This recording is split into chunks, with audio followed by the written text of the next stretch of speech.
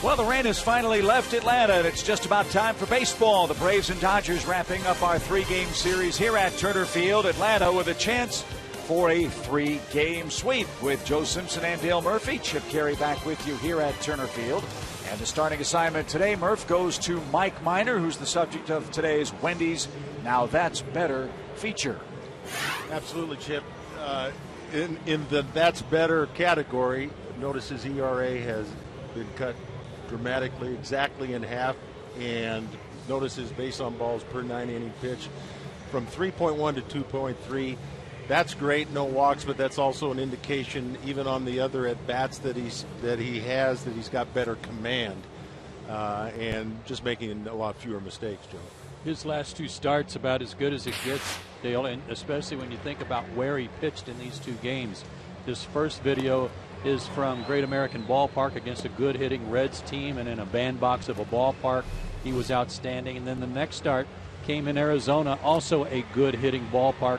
All told, 13 2/3 innings. He just allowed 2 runs, and both of those runs were solo homers, one in each game.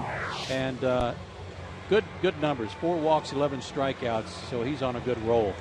And chopping at the bit after an hour and 40-minute rain delay, Minor and the Braves now take the field on a Sunday afternoon at home. And they're taking on a Dodgers ball club that's been racked by injuries all season, but they're starting to get healthy, and they get another component of their lineup back today in Mark Ellis, who is working on a rehab assignment at Chattanooga. He was activated before today's game.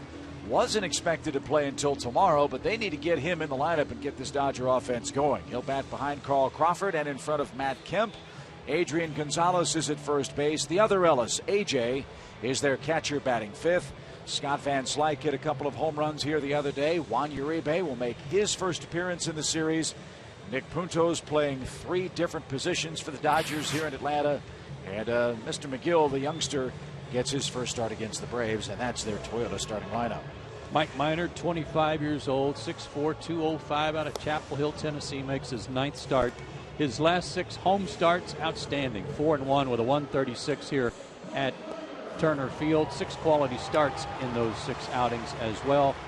Lifetime against the Dodgers, 3 starts, but he does not have a win, although he's pitched well. He's 0-1 with a 2.37 ERA. His 4 keys to pitching success: missing barrels. He's been doing a great job of that, working both sides of the plate. He's really cut down on his homers. As I said, only 2 runs allowed in his last 2 starts. Those were solo homers each. And good D behind him. Because he's cut down on his walks, I think the defense has been a little sharper behind him. Everybody on their toes. And when the ball is put in play, they've been making some outstanding defensive plays behind him. And speaking of the Braves defense, here's how Freddie Gonzalez lines them up today. An off day for B.J. Upton. Jordan Schaefer gets the start in center field. He'll be flanked by Justin in left, Jason in right. Juan Francisco starts at the hot corner. Ramiro Pena in for Dan Ugla at second base. And how about Brian McCann? The Braves talked at the end of the road trip, Joe, about upping his workload. This is Brian's 4th consecutive start. And he's up to it. He feels good. He's swinging good. He's been shut out in this series hit-wise, but he's swinging it good and got robbed a couple of times, too. Here's your umpiring crew for Game 3 of the series. Alan Porter will have the plate. Greg Gibson, Hunter Wendelstedt, and Jerry Lane on the bases. And we're underway. A swing and a miss by Carl Crawford.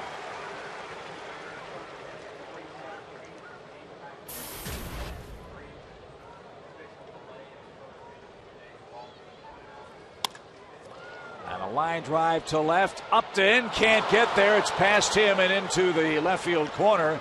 Crawford, a stutter step around the first base bag, stops at second, and he's aboard with a leadoff double. Well, I have to see it again, Joe. I thought Justin had a beat on that one. Looked like right at the end. Lost it. Yeah, he lost track of it or something right at the end. But from the get-go, it looked like he had a beat on it. The lights are not on, so it wasn't lights. Carl Crawford almost missing first, watching to see what Justin Upton did. That was that stutter step, Chip. A little bit of a break. He might have been at third base. Yes, had he you're not right. stumbled around first. You're right. So here's Mark Ellis, the Dodgers' second baseman. And Minor pumps a quick strike.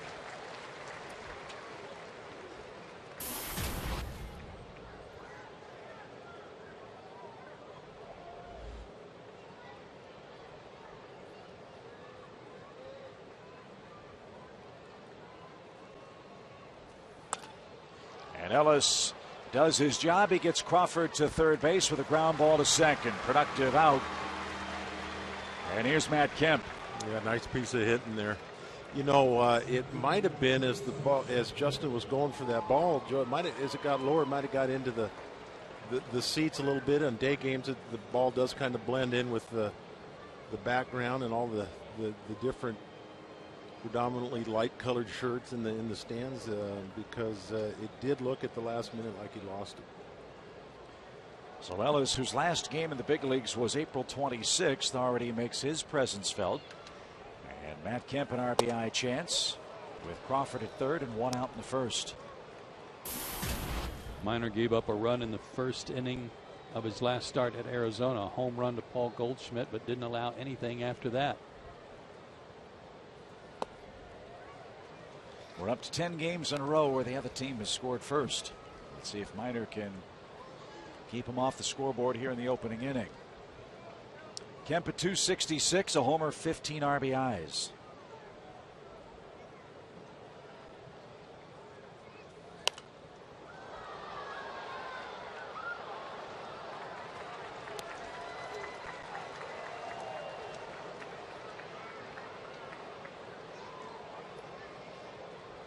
For his last 22 at Turner Field. The Braves stopped his 14-game hitting streak on Friday night with Kemp an 0 for 5 game.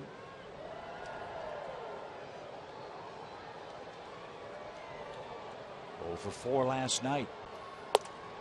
Minor pumps the outside corner, 2-2. I think last year was Alan Porter's first full year in the big leagues as a non-rookie umpire. And I remember him doing some games the Braves were playing, and he did a great job behind the plate. And Kemp swings and misses. Kemp was ahead 2-0. Minor came back and struck him out, and Crawford still at third, now 2 down.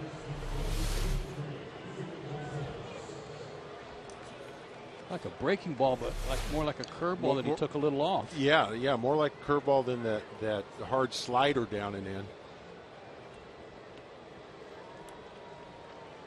He's got really good mound presence as he's matured. Not afraid to go after guys.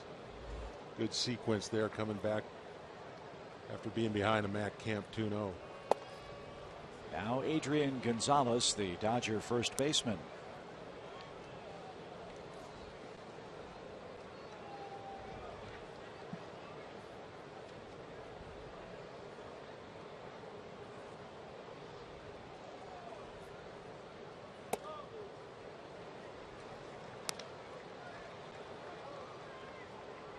Four home runs, 27 knocked in for Gonzalez. His batting average, .331 for the year.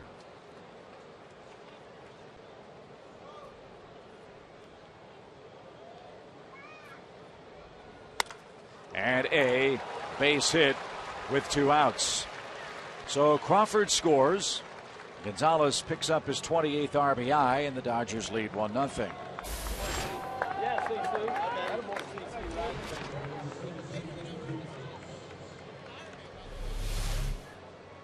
Try and go through Kemp and Gonzalez with a runner at third and leave that runner at third base. You've done some super pitching. But Gonzalez not going to let that opportunity go by even with 2 outs. Good swing.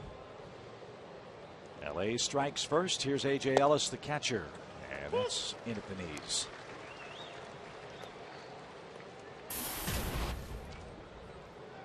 Ellis started here on Friday night, doubled, walked, and scored twice.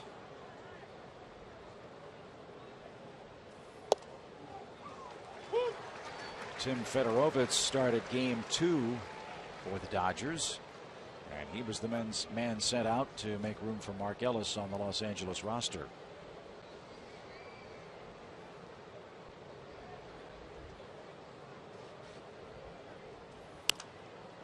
popped up. Freddie Freeman near the camera well. Won't have a play. And the count stays 0-2.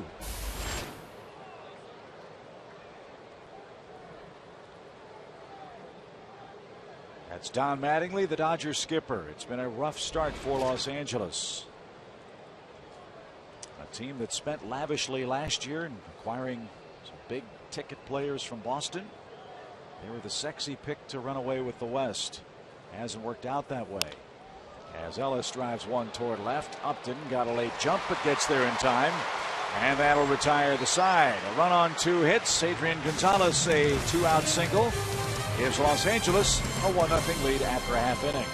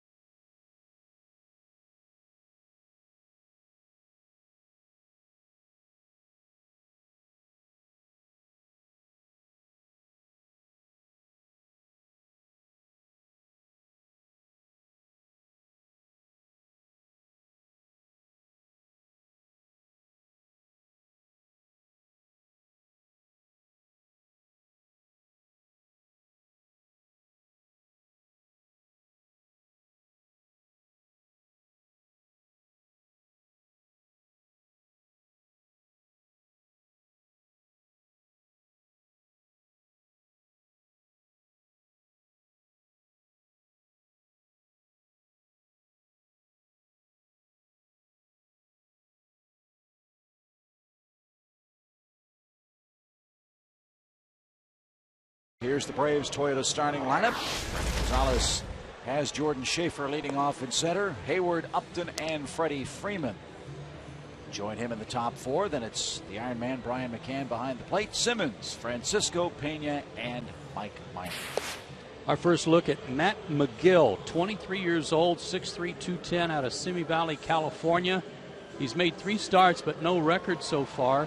A 6.92 ERA. His last 2 starts, the Giants and the Marlins, 6 1/3 innings, 9 hits, 8 runs, 8 walks, and 4 strikeouts. He was a 31st round pick in 2008 by the Dodgers out of high school in Simi Valley. Throws fairly hard. His fastball's in the low 90s. He's also got a slider. He must have good command and get ahead in the count with his fastball. And the sliders to left-handed hitters, that's a question mark. He doesn't really have that back foot slider. The slider he likes to throw is to right-handed hitters and make them chase away, but not too many righties in the lineup today.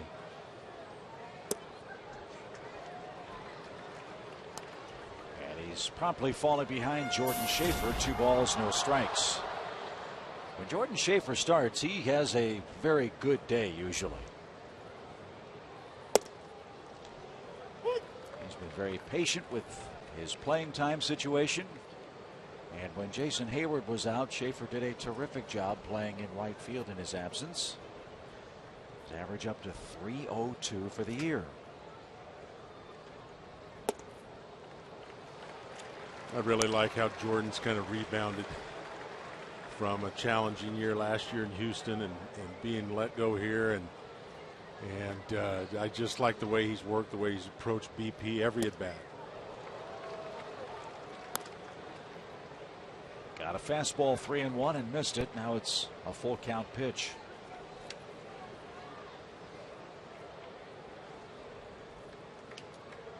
And a 6th pitch in this at bat. Strikes him out. There was that slider. Yeah, it's a good pitch. And Jordan is out number 1.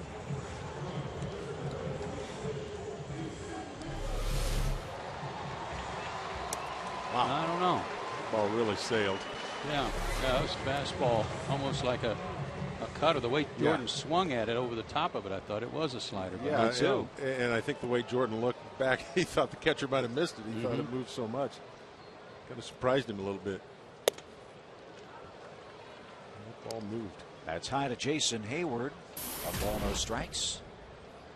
Jason 0 for 4 last night, but was robbed of a home run by Matt Kemp, you'll recall. And then came off the disabled list on Friday night with a couple of hits, 2 runs, and an RBI single. The Braves 8-5 win.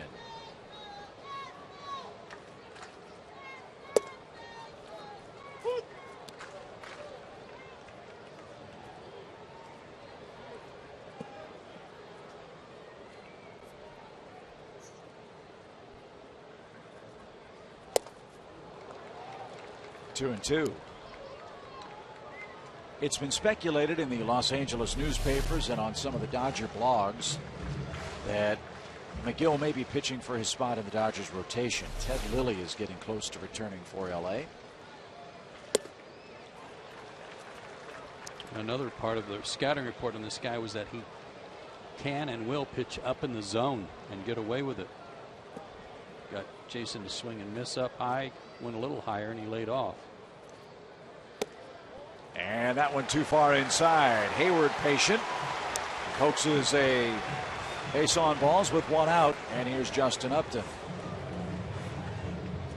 Talking about some of the struggles LA has been having. Who would have thought that they'd be trying to avoid their 4th sweep of the season already today? That's remarkable.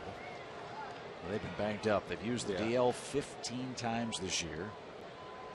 And 9 different starting pitchers for the Dodgers.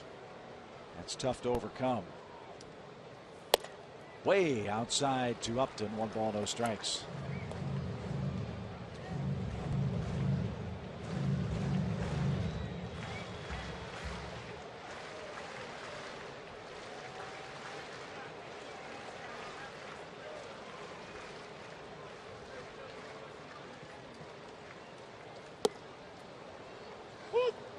Was a slider. One of the things his pitching coach told me about him was that he really does drive it to the plate and finish his pitches, and as a result on his fastball sometimes he'll get a little hop on that fastball when it's down. Rick Honeycutt, the pitching coach, of course.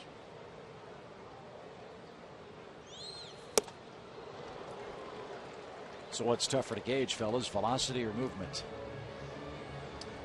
Well, challenge, yeah, definitely movement. Definitely movement.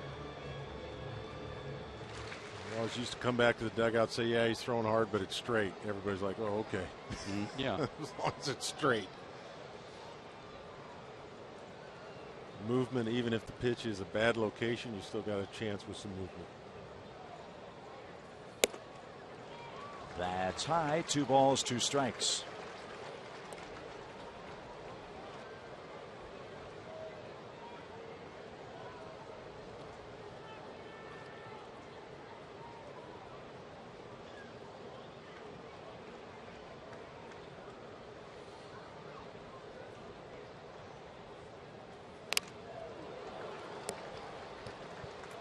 That slider had a little too much of the plate and he got away with one.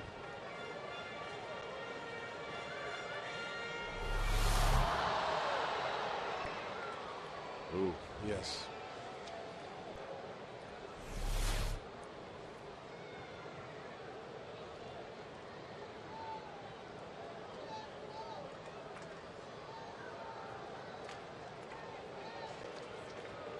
Field was covered during the rain delay. The infield, that is. Don't know how fast the track is, though, after tarp was down. Sometimes that holds a lot of moisture, too, underneath.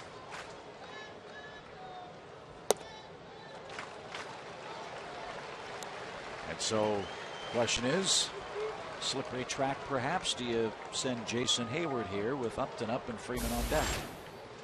Well, I would, but I'm always kind of too like to send guys. Let's see what Hayward does. Big lead. He is going. And the pitch swing and a miss. The throw to second is going to be in plenty of time. Can I change my mind? No. No do-overs, Murph. As we head to the second inning. Strike him out, throw him out. Twin killing ends the Atlanta first inning.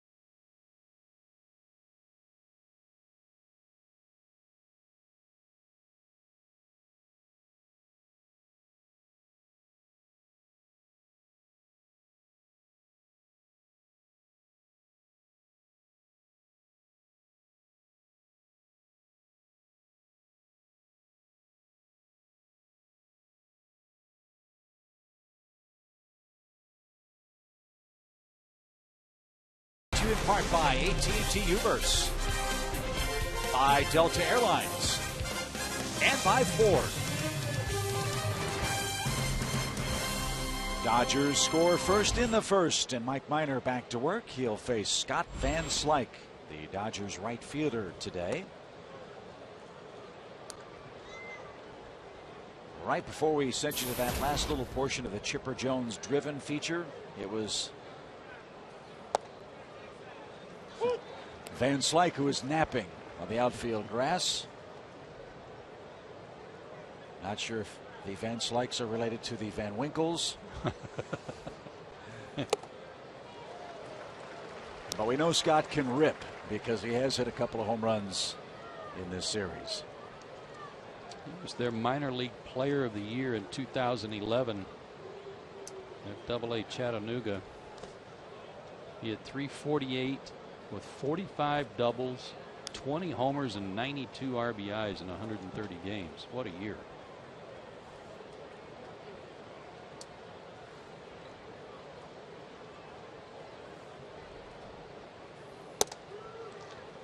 Mike misses, full count.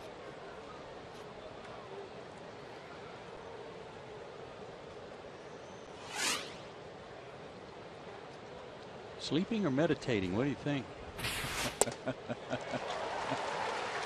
Contemplating that strikeout. There you go.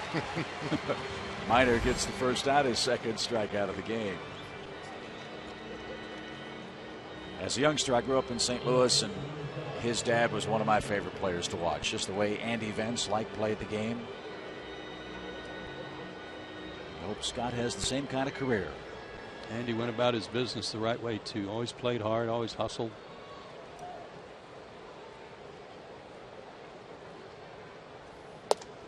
Here's our first look at Juan Uribe in the series for Los Angeles. He's got the start at third.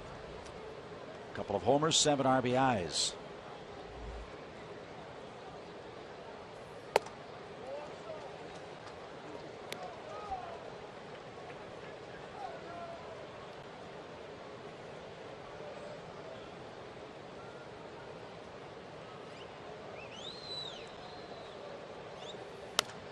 Late swing. This is Uribe's third season with the Dodgers. It'll be his 13th overall in the big leagues.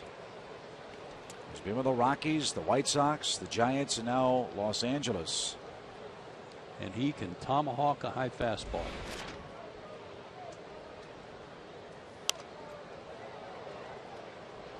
And back to the screen. 1 ball, 2 strikes. Good fastball hitter, but he is especially good at getting up on top of letter high fastballs.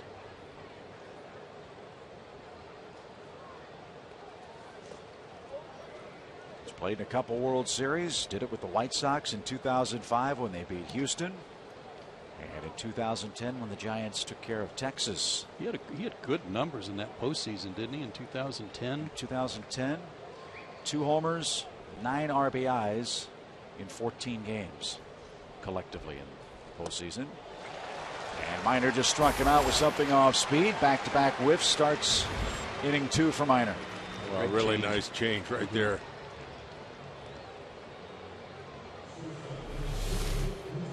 Here we see it again.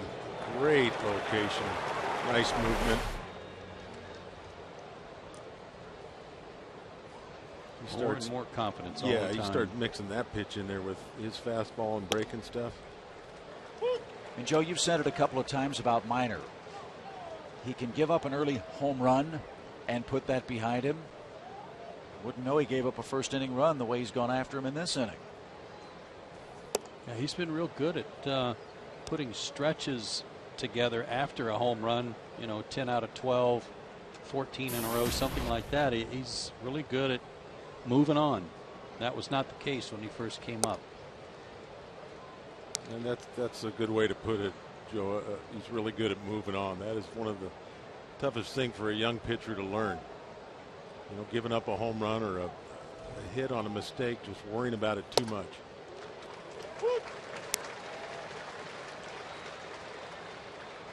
Well, he's even the count to Nick Punto, batting 8th today for Los Angeles. He's hitting .500 this year as a right-hand batter. He's 13 for 26 coming into today's play. So a real test for Mike today.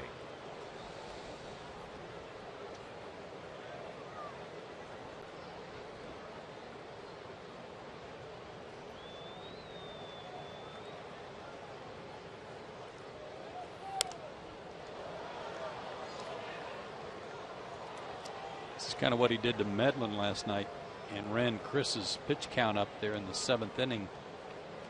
That eventually caused Chris to have to come out of the game and wound up with a walk.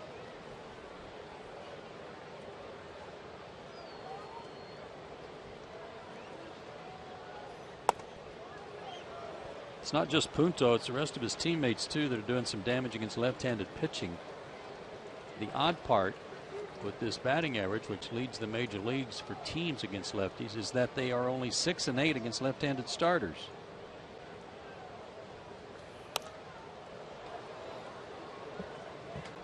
Hard to figure. But that was our Academy Sports and Outdoor leaderboard.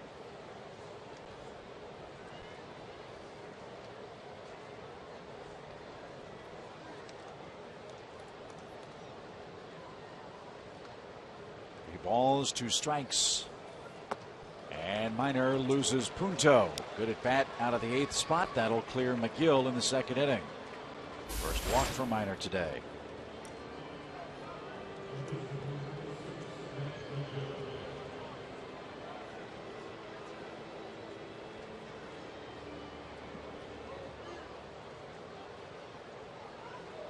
McGill 0 for 2. Takes a little low. 1 ball, no strikes.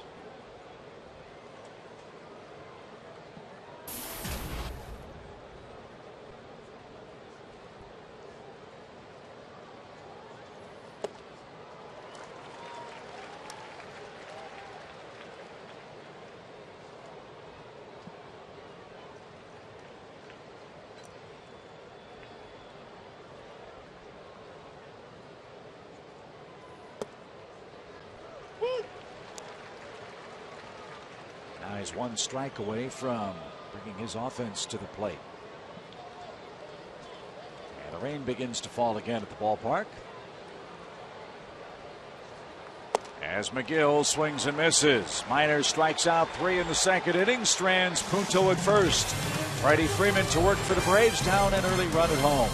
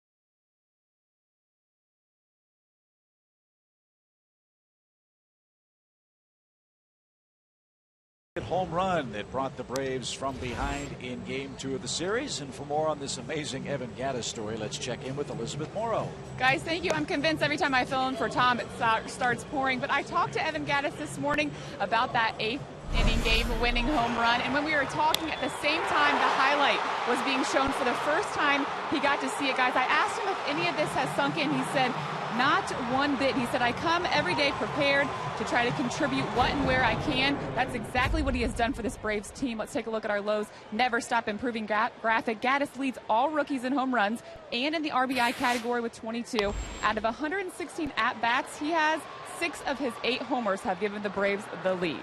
Not too bad. And this 6-game winning RBI is tied for 3rd.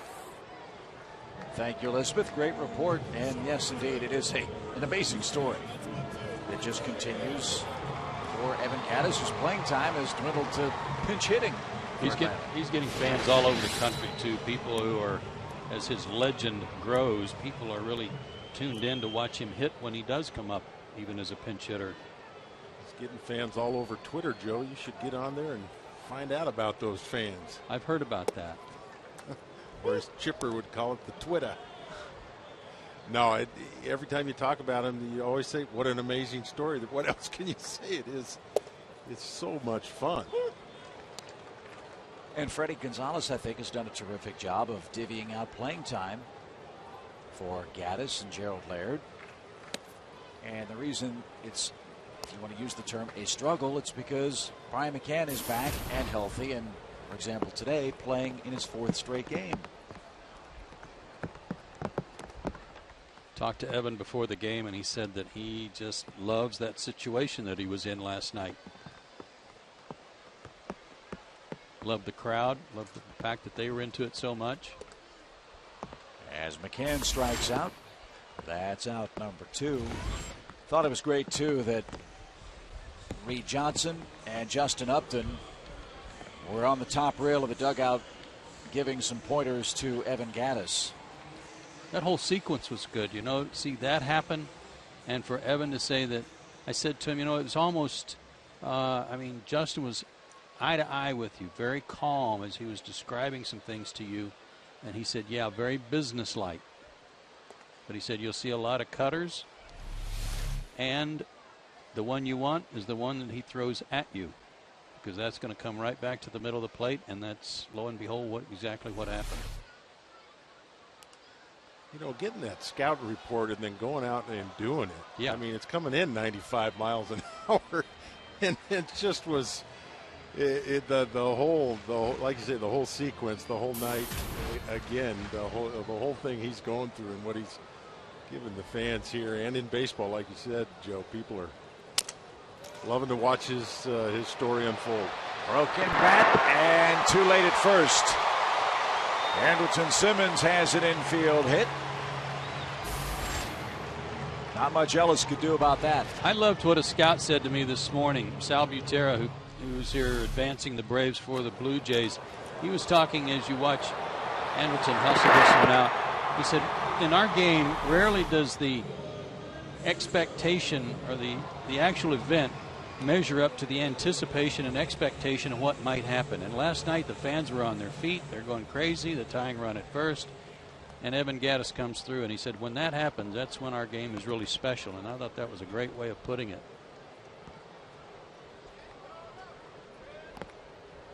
So Juan Francisco with 2 outs. Juan batting 7th for the Braves today. And looks up and away at ball 1. Wind blowing straight in. Light shower at the ballpark. The sun's trying to peek through. Yeah, that wind just started, though. It had calmed down when the rain quit.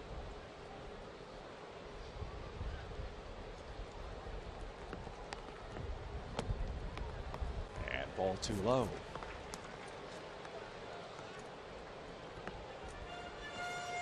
Well, Evan Gattis' mental approach, his mental maturity, his calmness he has out there is just remarkable to me. With his lack of experience, he just seems so confident and in control.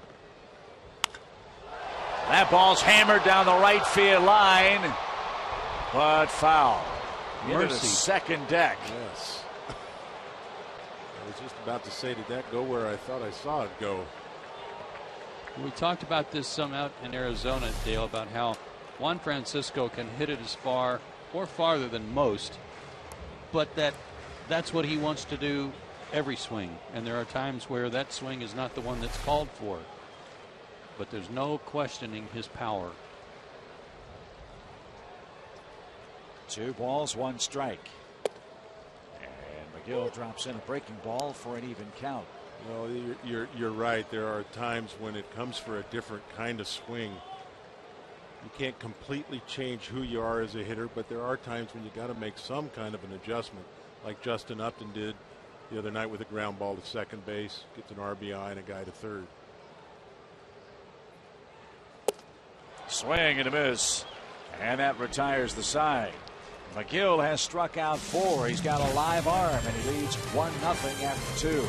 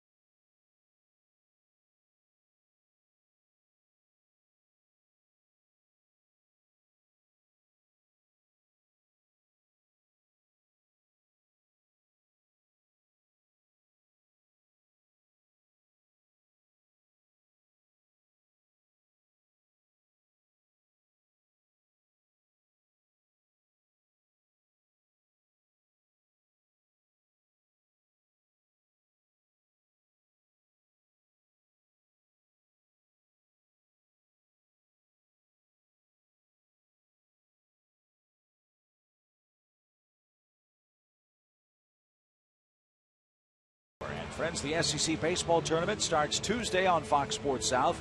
Don't miss all the action live from Hoover, Alabama, as top teams square off for the conference title.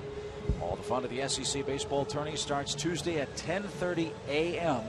on Fox Sports South. SEC tournament, ACC tournament, always good baseball. That's for sure. We always talk about it, SEC football, but those baseball programs and the crowds they draw, boy.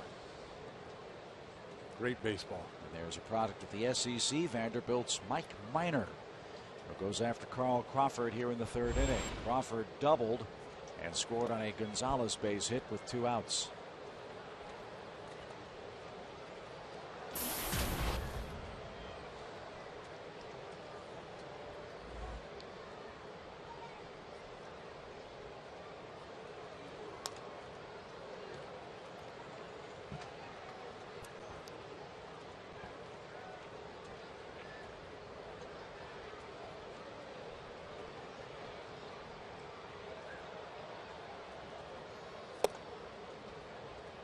That's inside, ball 2.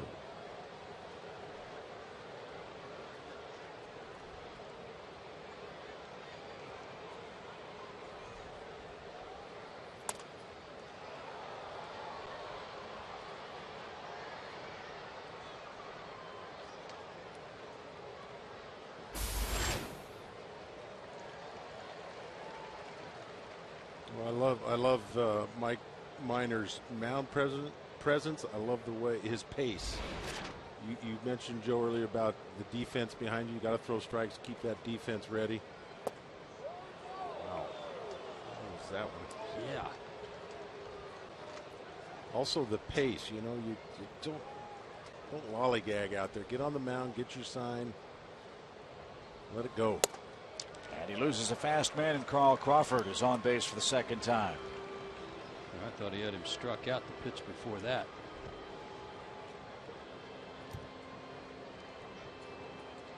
Crawford a threat to run. He's 8 for 10 in stolen bases.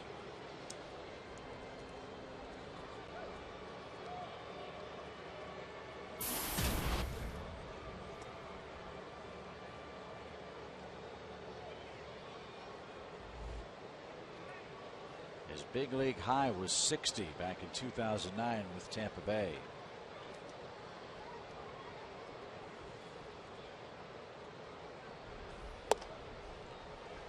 And a strike to Ellis.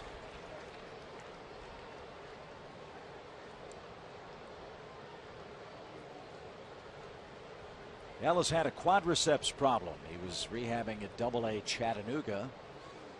And the plan for the Dodgers was to get him in town today and perhaps join the 25-man roster in Milwaukee tomorrow. They need a win. They need a spark to their offense. So Ellis activated before today's game. And he was playing so well, hitting so well before he got hurt. It's been a big hole in their lineup since he left. Matt Kemp batted second last night, didn't he? Yep, just for the second time this year. So this deepens their lineup too by having him come back to the 2 spot. But they're still without Jerry Hairston, and maybe more importantly, Hanley Ramirez has a hamstring problem. 1 ball, 2 strikes, 1-0 Dodger lead in the top of the third inning. Our game started late, an hour and 40-something minute rain delay today.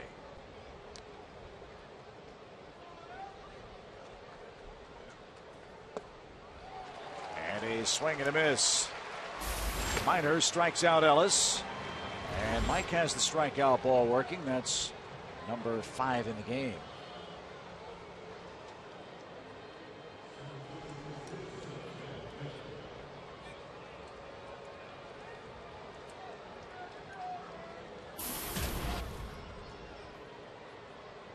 Kemp was the first man Minor struck out.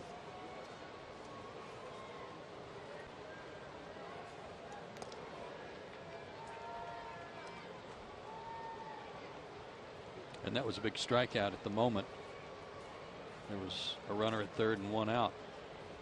But Gonzalez followed with a 2-out hit to drive in the only run of the game.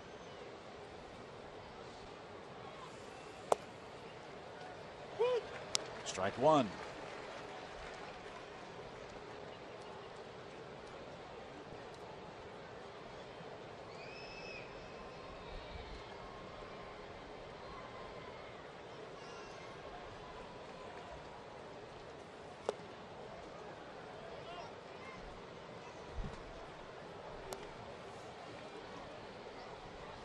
Matt Kemp's got that pine tar way up that bat. It's all over his jersey, too. Too bad Tim McClellan's not here. 1 ball, 1 strike. Yeah.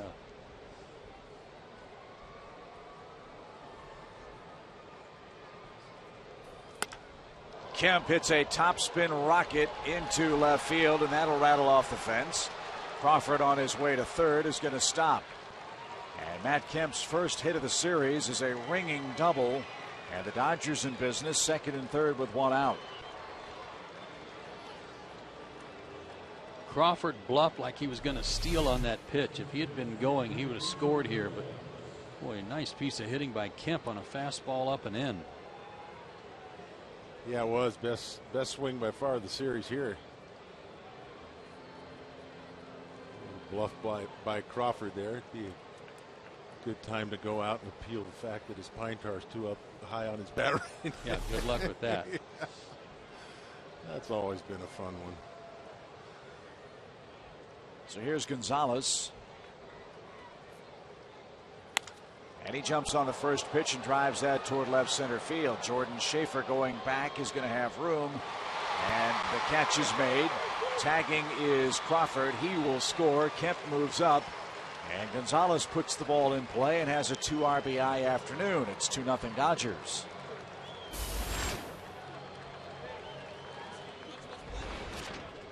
When you're struggling to get wins, it sure does pay to do little things right. So far today, the Dodgers have done really 3 things that are considered clutch, and that is Ellis getting the runner over to third in the first inning, Gonzalez coming through with a 2-out base hit to drive in a run, and now a sacrifice fly.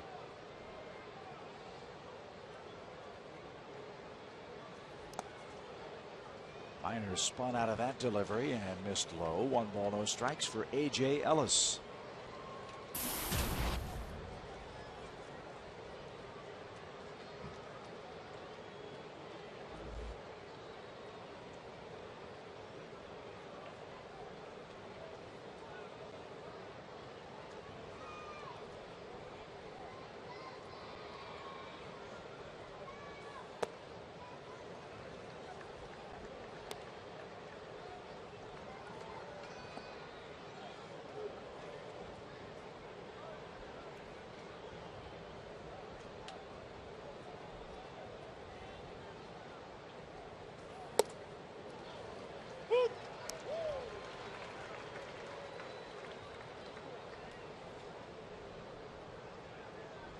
Ellis has good numbers against him. Even after his flyout, he's still 4 for 8 with a homer against Mike. And now he's in the driver's seat. 3 balls and a strike. Van Slyke is on deck. Single runs in the first and here in the third for Los Angeles. Crawford scored them both.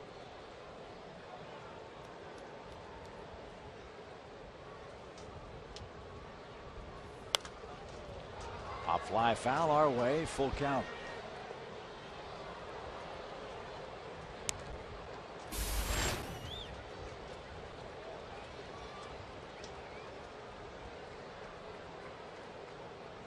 Okay, that ball Gonzalez hit it pretty solid. Maybe that wind held it up a little bit, kept it in the ballpark. That's a good point, because it's really blowing in hard right in our faces. And Ellis tries to tame the wind. He drives that one deep. Schaefer, though, is going to have room. And you're right, Joe. The wind helped Mike Minor a couple of times in the third inning. Dodgers get a leadoff walk and score it. 2-0 your score after 2.5.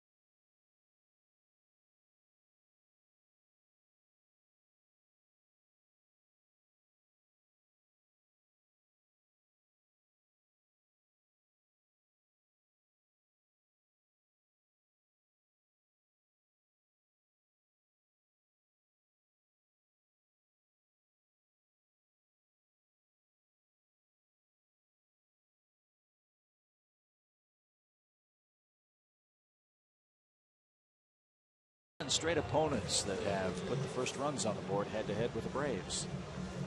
Braves haven't been all the way through the order yet against Matt McGill.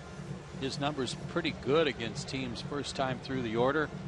A batting average of just 182. After that, it gets a little rougher for him. So hopefully the Braves will be able to figure him out a little better next time through.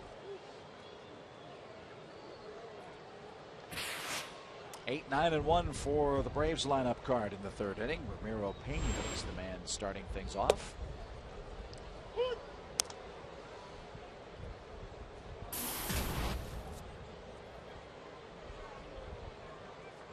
Pena has a triple in the series.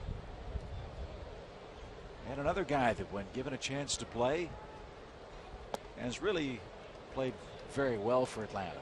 Especially against right-handers. On our Georgia Lottery hitting the jackpot, 359 average against right-handers, playing great at home. And when he does start, he's putting in some numbers there too. A cue shot back to the mound. And Pena is out number one.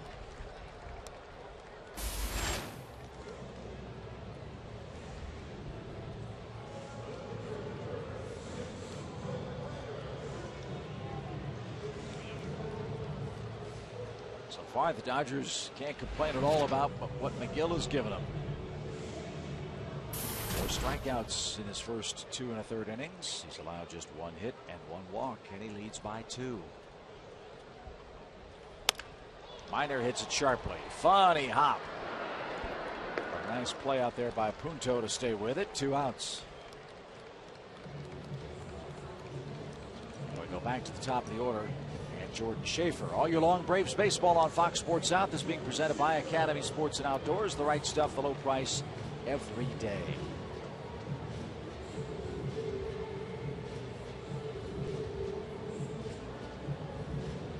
Braves have gone through the lineup once against McGill.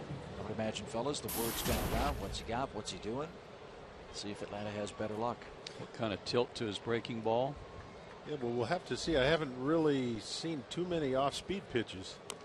No, everything's been pretty hard. You're right. Pretty hard, and that might be part of his challenge, was going through the lineup 2 or 3 times at the second or third time, unless he's going to come up with something a little bit more of a variation off his fastball. He's thrown some hard sliders and some hard cutters, but nothing really that I've seen off speed, true off speed, like a 10-mile-an-hour difference. I haven't seen that. There was something. You asked and he delivered. And there it was. 78 miles an hour. That's a pretty good difference. Runs the ball up pretty good. It looks like he kind of gets under it a little bit. Likes to push the ball a little bit. Leads with that elbow. That's what helps him throw the ball up in the zone. Kind of get a tough read as a hitter when they push it. Billy Wagner did that a little bit. I think even Craig Kimbrell does a little bit. Of course, he's throwing 98, so it wouldn't really matter. That same pitch kind of ran in on Schaefer the first time up. Yeah, that struck him out that first time, yeah.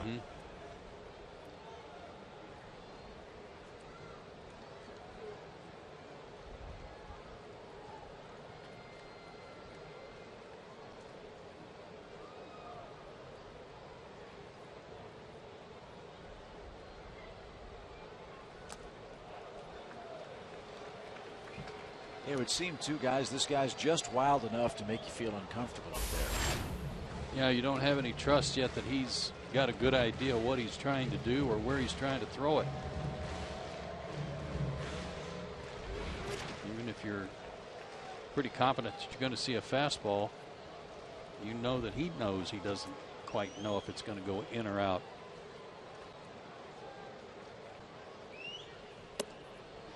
And how about Schaefer? He draws a 2-out walk, and that'll bring up Jason Hayward, who with one swing could tie the game.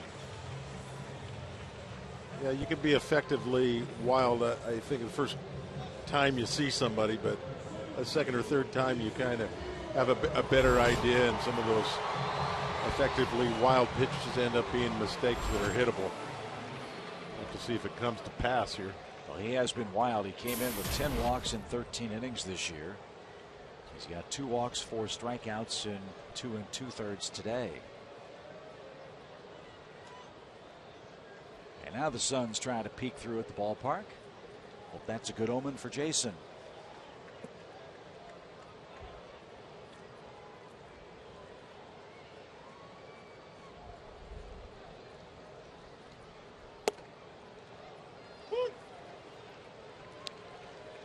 McGill's numbers at Albuquerque were pretty decent. ERA wise 2.84 in 4 starts, but all told, big leagues and AAA 7 starts and no decision yet.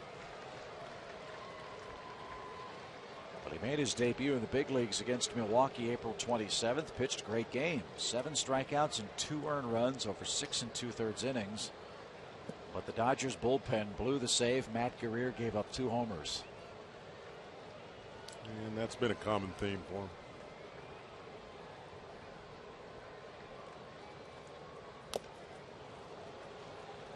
Jason a tad late. No balls, 2 strikes. Yeah, he tried to pull that pitch right out of Ellis's glove. Still a lot of walks though at Albuquerque. 14 of them in 19 innings. And now 12 walks in the big leagues in 15 plus innings.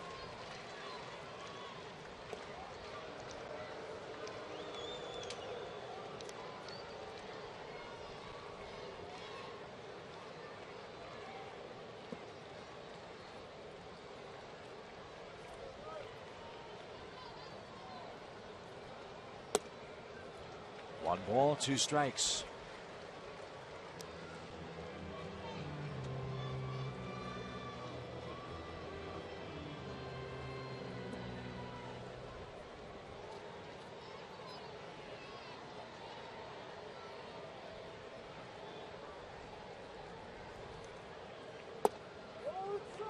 Good eye there by Jason. Close pitch, tough one to take. 2-2. You know, again, he has a little trouble with that slider to lefties. Fox Tracks providing our Sherwin-Williams painting the corners. Can't quite make the pitch he wants to lefties compared to trying to run it away from right-handers, which is a little odd. Usually right-handers with that slider, they want that thing breaking in on lefties, try to break their bats or have them just kind of beat it in the ground. Well, he's in danger of what you see with a lot of young pitchers here. He gets 2 outs, walks a guy. Now he's got 0-2. Jason Hayward in danger of going 3-2. It was one of the things I used to tell young pitchers a lot. I see you get to 0-2 and it's 3-2 before you know it. Mm-hmm. It's like, you know, you gotta have a pitch. I know everybody's been scaring you about giving up base hits with 2 strikes, but you know, you get back to 3-2, you're back in the hitter's favor. Get something and go after him.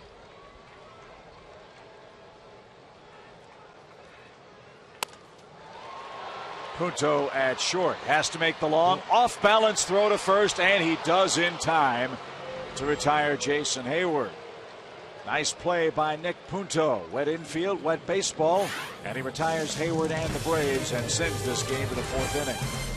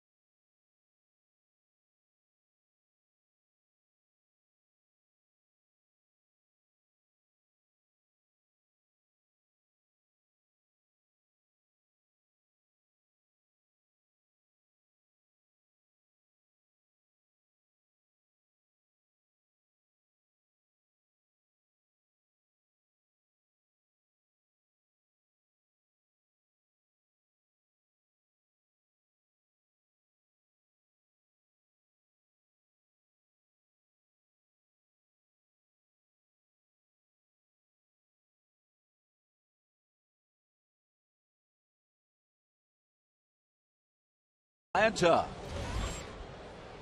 A breezy, cool afternoon.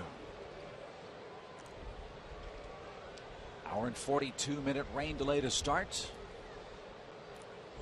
Mike Minor down 2-0 goes to work with Scott Van Slyke in the batter's box. And strike one.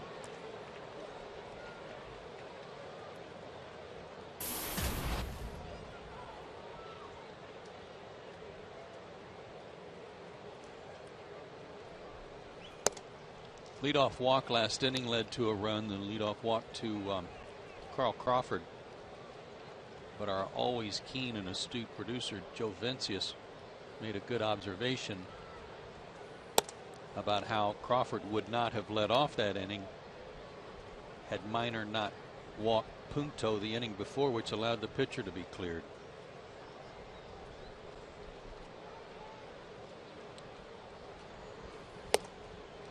Swing and a miss. 2-2 for Scott Van Slyke. Well, as much as we talk about walks, you would think there was never a good walk, but there are some good walks, and then there are some terrible walks. 2 outs to your eighth place hitter is not a good one.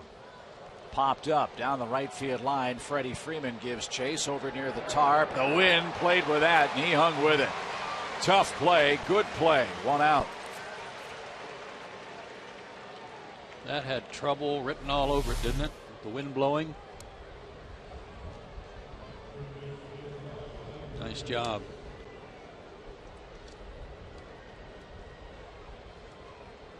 Tell you who Van Slyke reminds me of Jason Worth a little bit. The swing and everything. Worth kind of had that upright swing when he first started with his hands close to his body.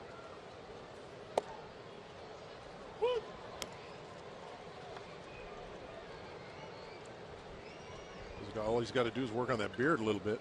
Yeah. Jason Worth's leading the league in beard.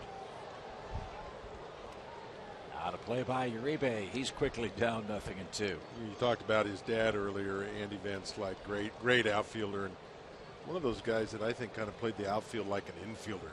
Really studied hitters, always in the right position. Sometimes you tend in the outfield not really think about positioning as much because you got so much room to run. But Andy was always in the right position. Very good. He sure wishes one of his teammates followed that example. As that's outside to Uribe. Francisco Cabrera hit that changed the dynamic of Braves franchise, you might recall. He was telling Barry Bonds to move. Bonds didn't. And Sid slid safely. I had not heard that. Yeah, he was trying to get him to bring him to him a little bit. Bring him over a little bit. Get off the line. And Bonds gave him that old salute, you know, that I'm fine. Well, not quite. Foul past third base. 2 balls, 2 strikes. Well, that's the way Andy played. That's the way you got to play outfield. You tend to, because you don't get a ball every inning sometimes. Sometimes you go a few innings without getting anything. You can tend to just relax out there. But that's not the way Andy played.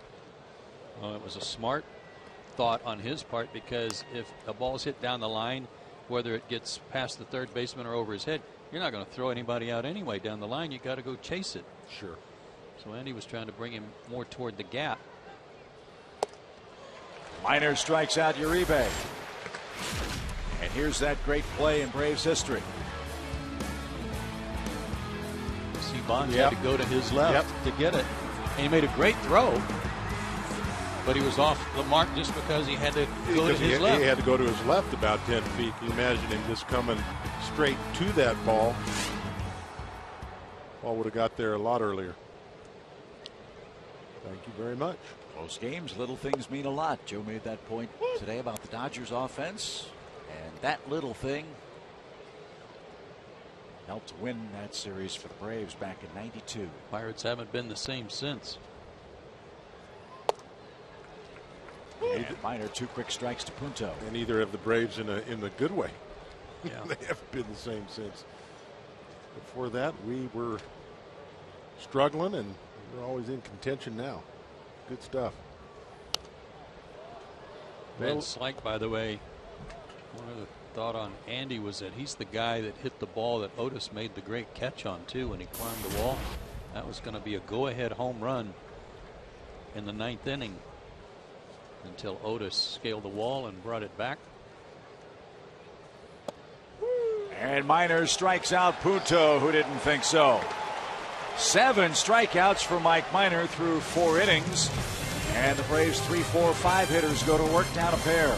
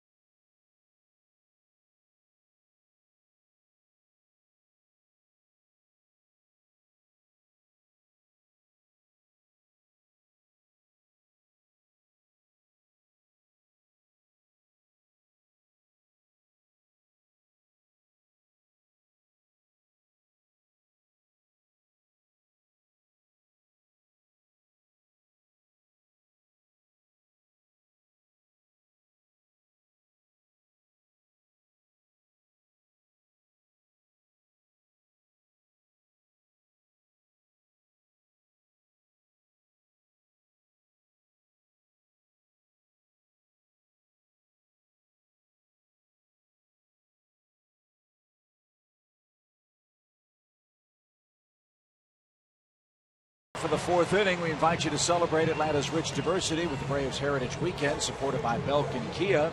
Events include the Champions of Justice panel discussion on Friday, the tribute to the Negro Leagues game between the Braves and Nationals Saturday, and the Tuskegee Airmen and Negro League exhibits all weekend long. Visit Braves.com/heritage for details.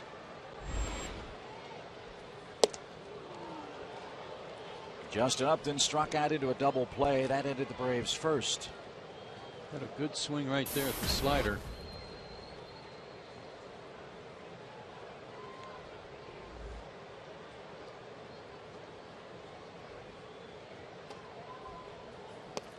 It was almost one of those, that first pitch there was almost one of those pitches, you had those pitches where you see it so good, and you're like, this pitch is going somewhere, and you end up overswinging. I think Justin saw it. It looked like a hanger, and I think he just overswung a little bit, pulled his head off.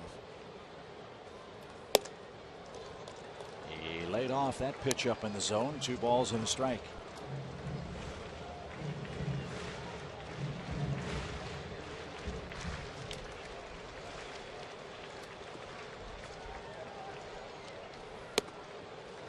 Despite the fact that he's got all these no decisions, he went 6 innings, make it 6 2/3 against Milwaukee on April 27th, and his last time out 5 innings against Miami gave up 3 runs.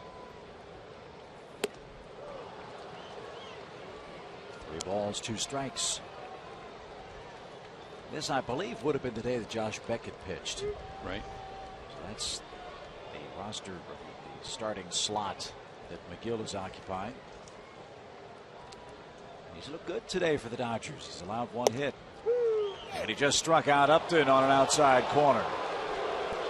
Punto was rung up on a similar pitch. This time it's Justin's turn to have a seat. 1 out. Sherwin-Williams painting the corners. This must have painted a corner. Yeah, good pitch. And at the knees, too.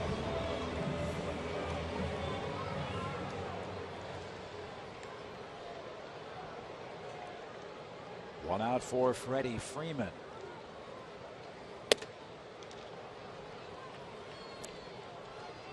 Beckett DL with a sore shoulder. He was 0-5, or is 0-5, with a 5.19 ERA.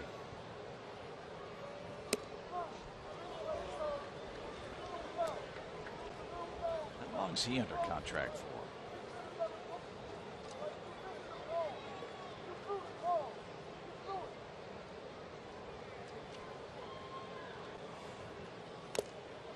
Off the glove of Ellis, 2 balls and a strike. The Dodgers don't list the length of the contract remaining for Josh Beckett.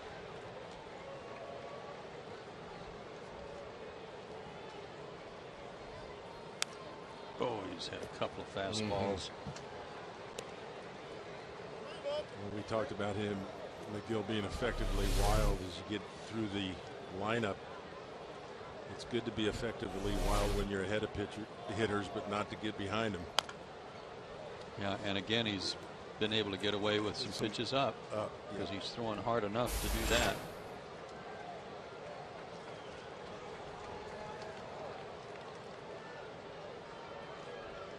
Two balls, 2 strikes. And Freeman is down swinging. And that was that off-speed pitch that he's thrown a little bit more.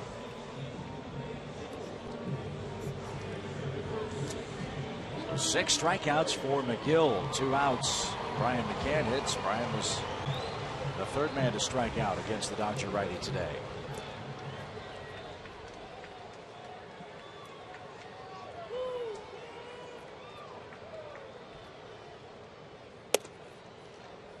By the way, Josh Beckett signed through next season for Los Angeles. It'll be the last year of a 4-year, $68 million deal.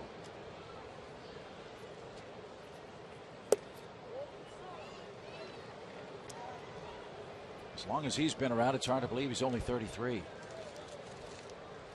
Great years with the Marlins and, of course, the Red Sox.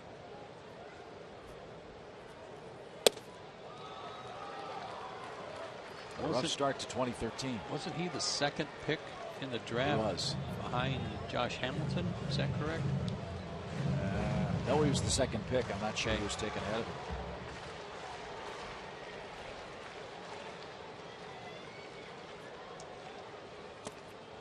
And that's low to Brian McCann. 3rd walk. And the 2nd of the 3 that's come with 2 outs. Speaking of 2, it's time for Georgia Power Energy Tip number 2, or BJ Upton if you're thinking along the lineup.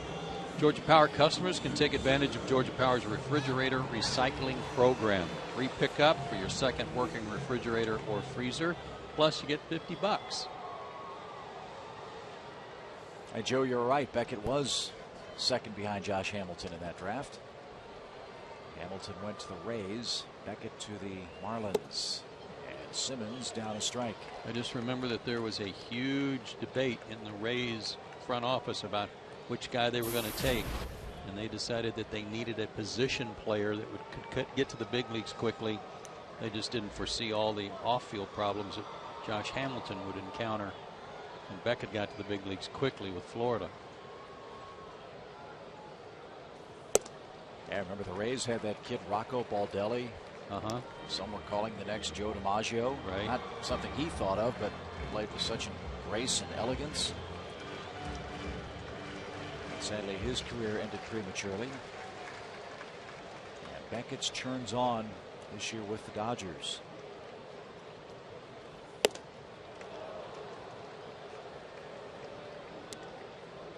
Rays are getting some good hacks at that fastball. Yeah, especially Anderson, who likes that high fastball. Yeah. He's got it by him a couple times. I think Anderson's a little frustrated there. I feel like he's had a couple pitches that he felt like he was going to hit, but McGill has a tendency to get it by guys.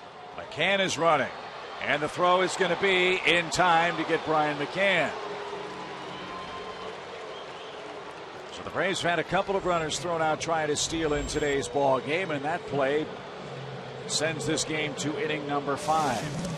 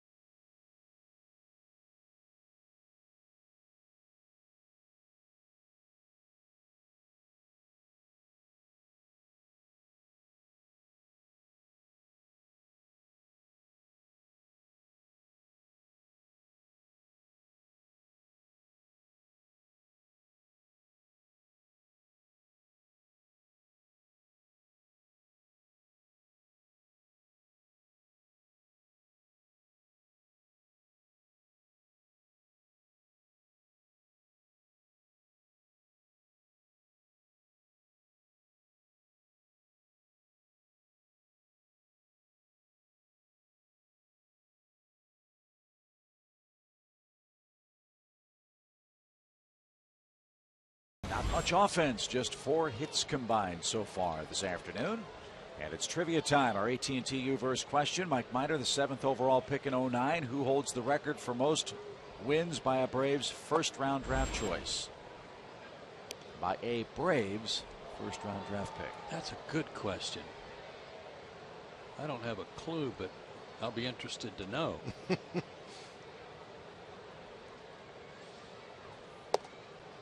Was Kent Merker a #1 pick? I think he was.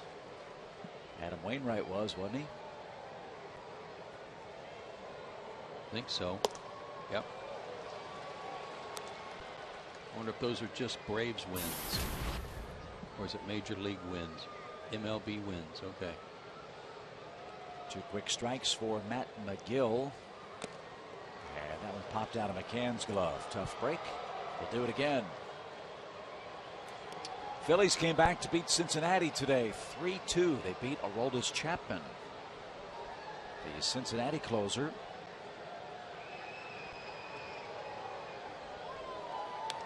There's 2 blown saves for him this week. And that spoiled a great start by Homer Bailey for Cincinnati today. Cleveland red hot. They beat Seattle and hung 6 on Felix Hernandez today.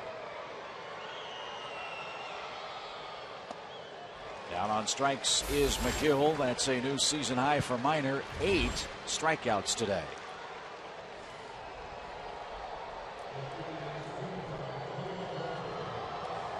Fans Hip Hop Pioneers Run DMC will perform live at Turner Field post-game on Saturday, June 1st as part of the Braves Summer Concert Series presented by Coca-Cola and Delta. Get your tickets to see this legendary group at braves.com/tickets or call 800-745-3000. There's that group. DM3 might show up too. That would be I just invented last night. Like a battle of the bands type Yeah. thing. Run DM3.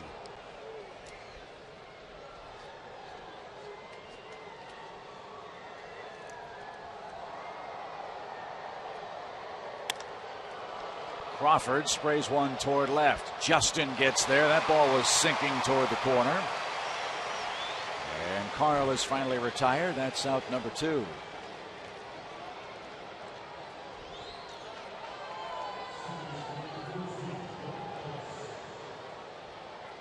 What shoes are you wearing? Those are Nikes. So it wouldn't be a My Adidas. That's one of the big hits from Run DMC. Is it? Yeah, I didn't know that either. But I was a Nike guy, but for my concert, I'll wear Adidas. you'd say My Nikes. That could be a medley of your hits. There you go. Here's Ellis. Ellis is 0 for 2 in his return from an injury.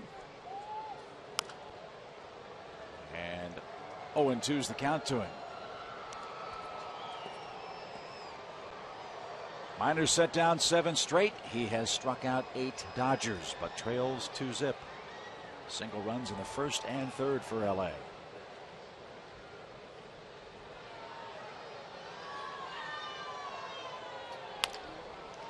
Simmons at short.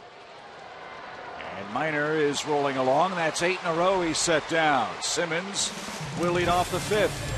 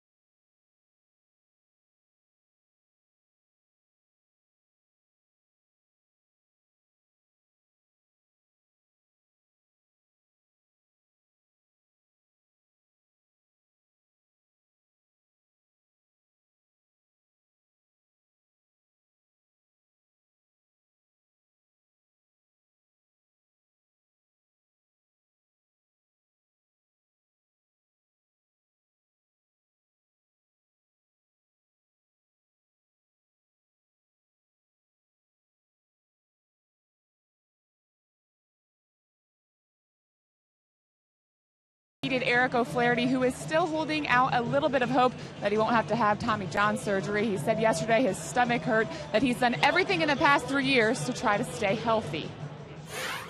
I pitched so well in September that we just figured it was fine, and it was probably an old injury and nothing to really worry about.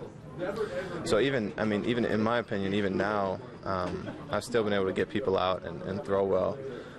The flexor tendon stuff that showed up, it's, you know, it might still be an old injury. It might not be a big deal, but we'll find out more. I'm going to see Dr. Andrews tomorrow, and we'll find out more. Broken bat by Simmons. Awkward throw by Punto, who stumbled as he made the play, and Simmons beats it out. 2 infield hits for Andrelton. And is Punto all right? Like you said, Dale, when you can smell that hit, you really can get down the line. Seems like faster, but he stubbed his toe or something here. He got his feet tangled up. Yeah. Look at him get off balance there. Somehow he got his feet crosswise. After that play, too, fellas, he went right behind the rubber and kicked his cleats in that cleat clearing device. I don't know what you call that thing. Yeah, the scraper. The scraper, yeah. Maybe had some mud in his shoes. As Simmons leads from first, and Juan Francisco hits. He's got a streak he'd like to end here. But let's finish up Eric O'Flaherty. It's amazing to see how well he pitched if he had a pre-existing injury for these last couple of years. Yeah, I thought it was a foregone conclusion that he was going to have the surgery, but if there's even a glimmer of hope, that's something to hang on to until the examination. Well, he works hard, takes care of himself. I remember being in the lunchroom in spring training, and he had his own little Tupperware thing, putting something in the microwave, and I'm like, "What are you eating there?" And it was a very meticulous diet. It wasn't the typical Oreos and chips that I was having for lunch. But hard worker. Very hard. He has a real personal regimen that he goes through after every game, too, stretching, trying to keep his back healthy too and keep his legs stretched out. Always ready to pitch. So Francisco has struck out in his last 6 at bats and 8 times in the last 9. He's behind in the count here. That's the streak I was speaking of. See if he can make some contact and keep the line moving for the Braves. Turn that streak around.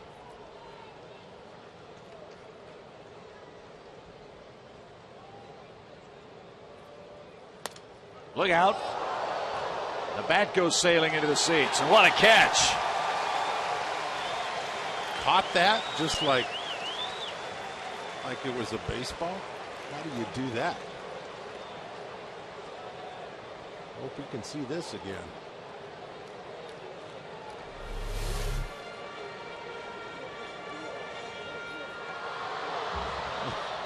Well done, sir. Wow. Well, he's got a Freddie Freeman jersey on. Anybody wears a Freddie Freeman jersey can pick it. Even Freddie's fans are good fielders. That's right. 1 ball, 2 strikes. New bat for Francisco. A little more pine tar, and we're ready to go.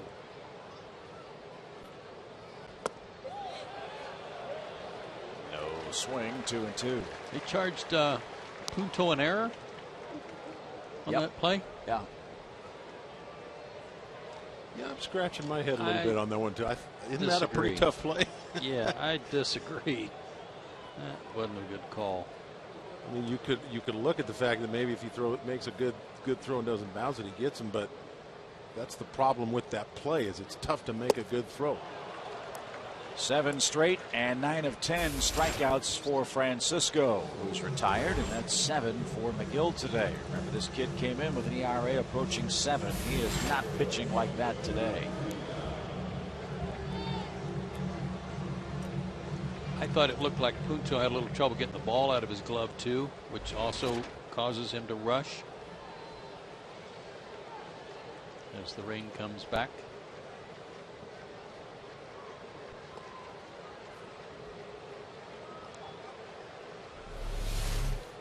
watch and see if he doesn't have a little trouble getting the ball out of the glove. It causes some of his footwork problems. No, he didn't have a good grip on it. Didn't have a good grip. That's what it was. Yeah. That was a base hit. Yeah, all the way. Up and away for Ramiro Pena, the Braves' 8th place hitter. He hit a comebacker. That was in inning number 3. So Pena 0 for 1. Just to belabor the point, I'm not sure how it's worded, but isn't it something like with normal effort? That's a great major league play if you make that right there. I think. I'm with you.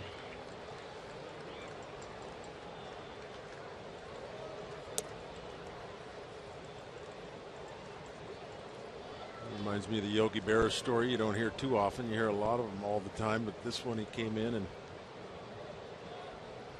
a little argument with the official scorer. Yogi thought he had 2 hits. He comes to the ballpark the next day. He goes up to him. He said, I had 2 hits yesterday. And he goes, no, Yogi, I know you did. It was a typographical error. And he goes, it wasn't an error. It was a clean base hit to left.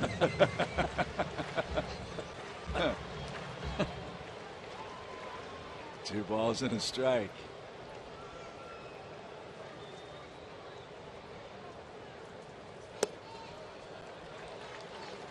Well, if the minor league numbers of Matt McGill are any indication, the total of strikeouts shouldn't surprise you. In 2010, he struck out 135 men in 126 innings. Last year, 168 strikeouts and 146 innings at Chattanooga.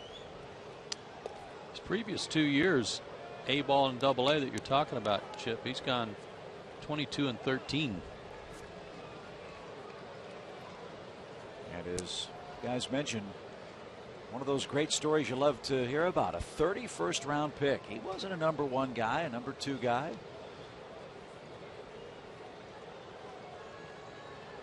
And here he is pitching great ball for the Dodgers today.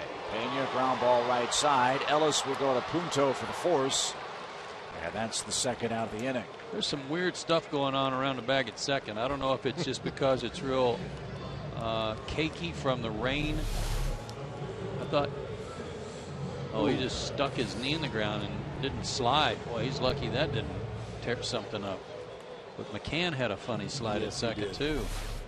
That one had to hurt. Anderson's laughing about it. Not a 5-point landing there.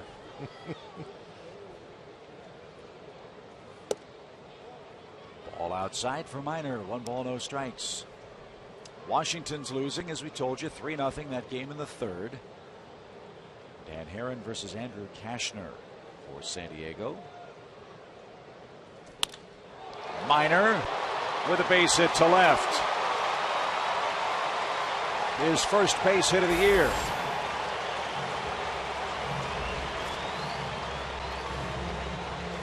He didn't want Medlin to get too far ahead of him.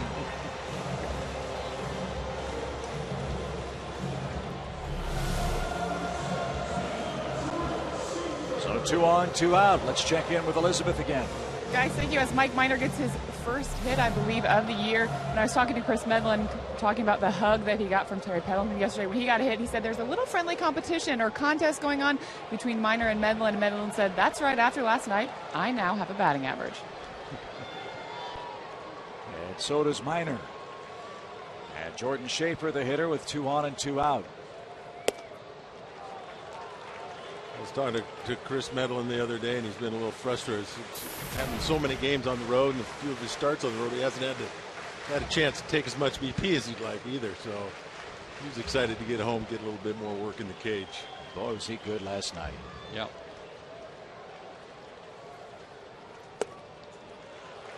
A little pressure for McGill, and he's thrown 2 straight out of the zone to Jordan Schaefer. Yeah, outside of Francisco, he's been behind everybody. Yeah, we'll just have to see if that catches up to him. And I would guess, just the way the bullpen's been going with the Dodgers and what's happened the last few days here, is that he's going to be given every chance to get through any kind of challenges he has. I think Don Mattingly's probably a little nervous to keep going out there. Well, he's had a lot of time in between starts. Again, he's filling in for Beckett. His last start was the 10th, so plenty of rest for him. 85 pitches. Braves batting here in the 5th. 2-0 count.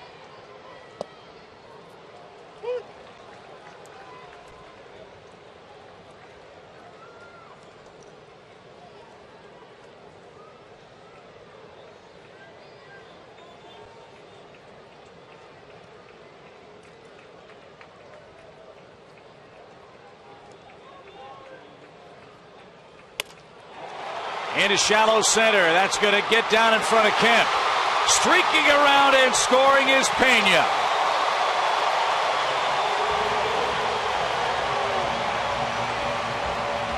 And the Braves, with some 2-out magic, are on the board. It's a 2-1 score.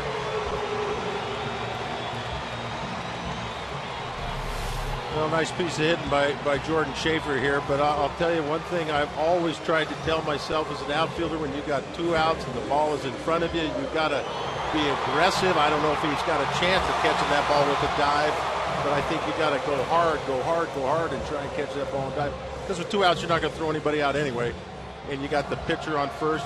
You got guys backing you up. Not too many bad things can happen if you try and dive for that one, but thankfully you didn't. That goes to knowing what you're going to do with the ball if it's hit to you, and anticipating that before every pitch, Dale. Yeah. Or an outfielder, knowing your base runners, knowing the outs, and saying to yourself, if it's hit to me, looper, line drive, whatever, here's what I'm going to do. Something in front of you, and as a center fielder, you try to remind your left fielder and right fielder, 2 outs, guy at second, you're not going to throw him out if it's in front of you. Any kind of chance you got, dive for it. And then, of course, the problem is if it gets by you, but do your best to keep it in front of you, but that's why you back up and shut it. Sure. I don't know if he's got a shot at that, but if he busts out as soon as it's hit, as soon as you can read that it's not hit too hard, then we'll take it. Now Hayward with 2 on and 2 out. And a strike. It's 0-1. Jason walked in the first inning and was robbed by Punto to end the Braves' 3rd.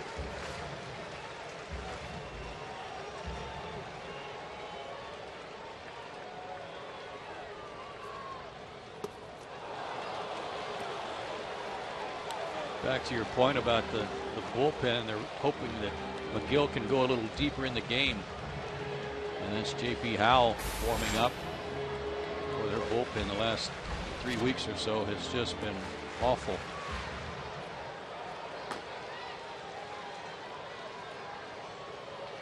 Two quick strikes. Here are the ugly numbers for Don Mattingly's Dodger bullpen. Only the Mets have had a higher number. In this series, the Braves have 6 hits, 3 homers, and 7 runs against the Dodger pen, which has worked 3 2/3 innings. And we'll have to wait a bit to see a reliever as McGill strikes out Hayward, and that retires the side. It's the Braves' turn to do something with 2 outs. Mike Minor's first hit of the season allowed Jordan Schaefer to come up, and Schaefer's hit cuts the Dodger lead in half.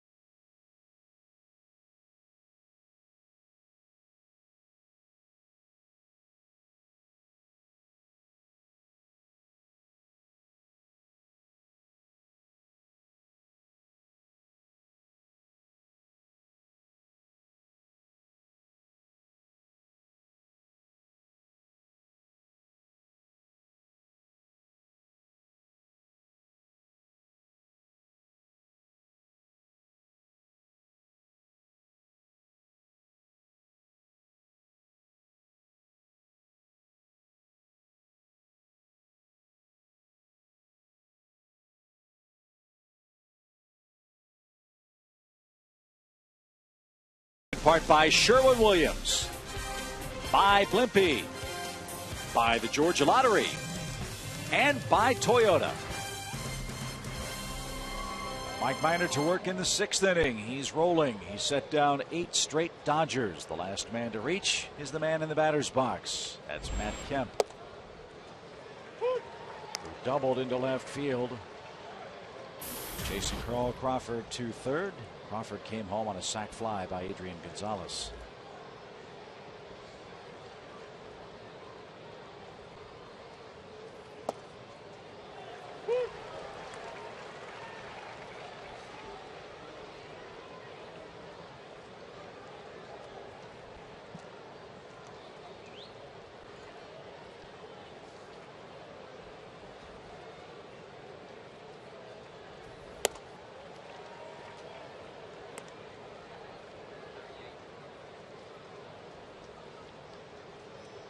Two years ago, Kemp had a monster year. Hit .324, 39 homers, 126 knocked in.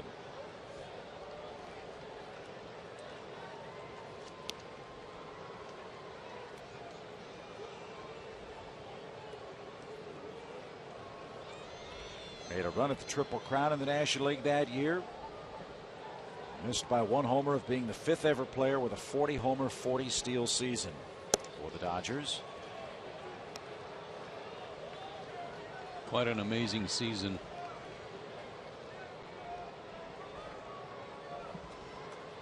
Way off that pace right now.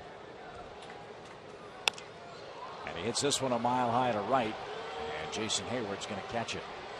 And that's the pitch right there that 2 years ago he drove into the seats in right center field. I think he had, I don't remember the stat, but he had something like 20 home runs at one point, and like 16 were the other way. That's the pitch right there. He just crushed. It was an unbelievable amount of home runs. I mean, his spray chart was not only, was predominantly the other way. Usually you see it kind of spread around like Justin Upton. Well, a question for you guys. You both hit homers in the major leagues. Kemp's a big home run hitter. Joe had how many? Bunch. Oh, I don't know. Between Dale and I, close to 500. Right? Okay. So Kemp had left shoulder surgery. Bottom hand for a right-hand hitter. What kind of effect, if any, does that have on his power? Well, I think unless it's 100%, you always got some kind of thought going through your mind prior to your swing. Just like Brian McCann, that lead shoulder is the one that gets a lot of torque if you check swing or even if you swing. So it's kind of a mind game coming back from whatever your lead shoulder is when you're hitting. In Brian's case, he had to cut his swing short, and all he could do was really pull the ball because the top hand became so dominant. He couldn't get the extension with that bottom hand with the lead shoulder. Exactly. When we talk about staying inside the ball, when you use that top hand, it's hard to stay inside. And the reason I ask is it's so surprising to see a player of Matt Kemp's caliber be playing in mid to late May now and have only 1 home run. Yeah, I don't know what's going on or what the deal is. Maybe he's trying to kind of debulk a little bit, but he does look thinner to me. And I don't know if that relates to his bat speed or power, but he looks thinner. 6'4", 214 is his media guide height and weight. As Gonzalez is down on strikes. That was some good pitching right there, boys. Yes, indeed. Wow. Went up and in on him, and he jammed him. He foul ball, and then he goes down and away and strikes out a tough hitter. McCann's glove never moved. Really good.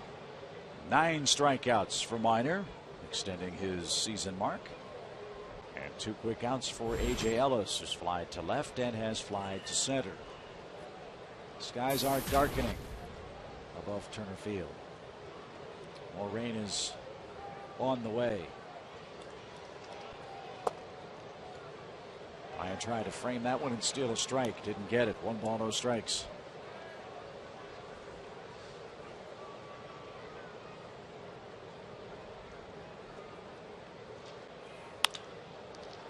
Big hop for Simmons.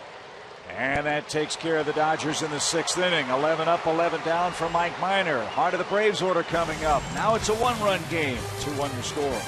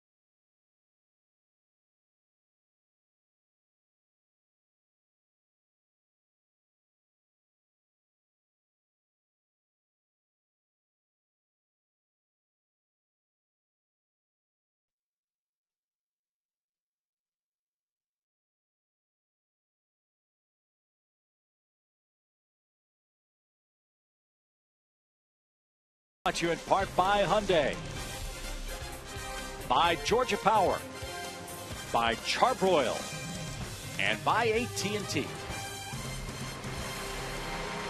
2-1 your score. Braves half of the 6th inning. One of our favorite features every home Sunday is the hometown heroes salute. That's Sergeant Eric Morrow out of Fort Benning, given a standing ovation by this big crowd at Turner Field in Atlanta. We had Military Appreciation Day already on the homestand, and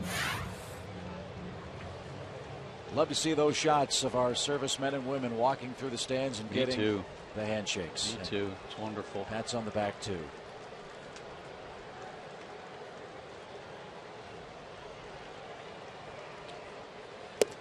Justin Upton starts off things for Atlanta as the rain begins to fall. Need a run. Yep. I wonder if Freddie and the staff know that there's some rain coming. If he might play for one just to try and tie this thing up. That reminds me of a game against the Padres with Dick Williams managing. Padres got a lead in the bottom of the 5th, and it is pouring. And I don't know who was pitching, but it's pouring, and he's just, Dick Williams saying, just throw it, just throw the ball. And the pitcher just got off mound. I said, I can't throw. It's the mound's too too wet. Dick Williams was going berserk. He just said, I don't care, keep throwing. He goes, no, I can't throw this. Well, timeout. Came out and fixed the mound. Oh, wow. So it's important to sometimes know the weather situation. Uribe can't flag that one down at third base. Well, it looked like Justin made the adjustment getting on top of that ball. Like I said, I think McGill pushes that ball. It's not like he's throwing 95 or 96, but I think it's hard for the guys to get on top of it. Kind of looked like he got the bat head up above his hands and got on top of one. Yeah, that's exactly right. He had some pitches to hit, but he just kind of swung through. Well, a quick hook from Don Mattingly. McGill was very impressive. He's gone 5+ innings. He's given up a run on 4 hits, and now the Dodgers have to go down there. Their bullpen's in play.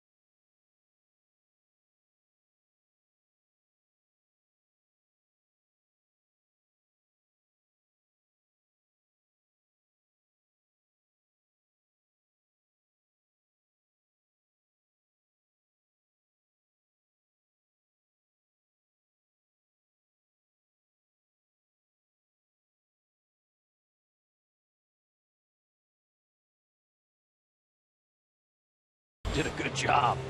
Allowing just 1 run on 4 hits, and that's our Volkswagen pitching performance.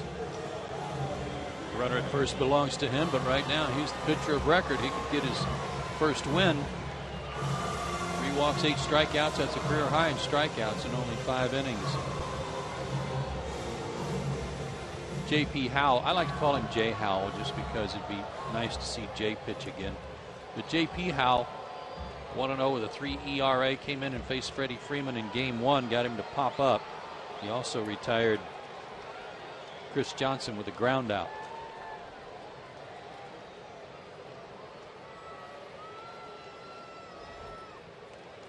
J.P. Howell began his big league career with Kansas City. He was a first-round pick. Then was traded to Tampa Bay in June of 2006.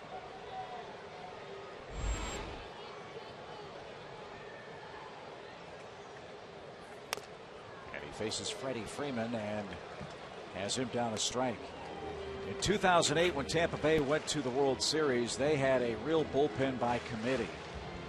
And that year, Howell was 6-1, a 2.22 ERA, and saved 3 games.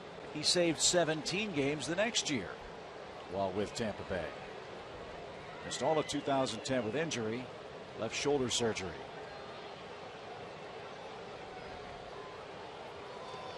And the rain really starting to come down now. Murph, how long is the rain supposed to last?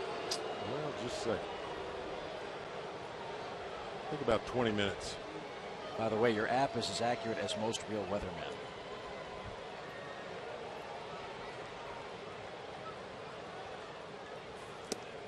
And a swing and a miss. It's 0-2. Aggravating part now. Well, that's it. Jerry Lane just pulled the plug. So stoppage at 5:09 Eastern time.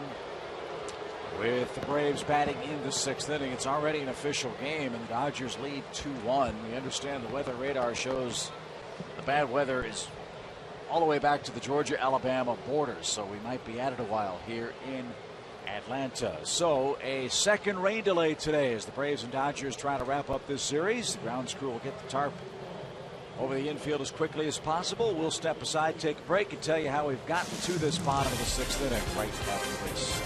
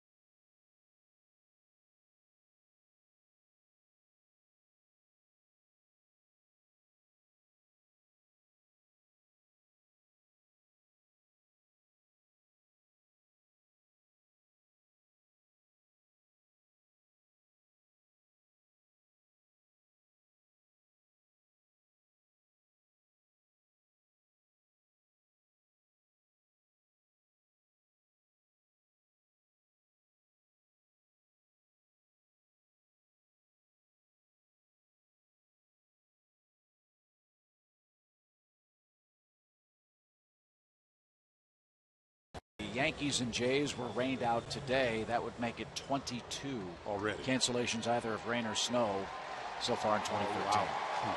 Crazy. So we are back to baseball. Hitting 0-2 is tough. Coming out of rain delay, like you said, Joe, tough assignment here. See what Freddie can do.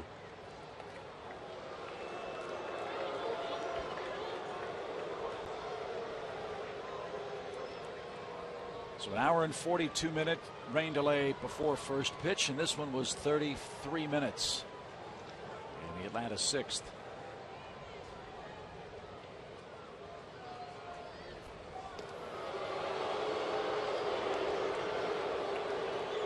The temptation for me during rain delays was always to eat too much. It's like, because you get in the middle of the game and you don't notice while you're playing, but you get a little hungry. All of a sudden you got a delay. Gotta be careful on the snacks. Yeah, that's a tough pitch right there to lay off. Yeah, it after was. a delay. That was a pretty good breaking ball. Yeah, it was.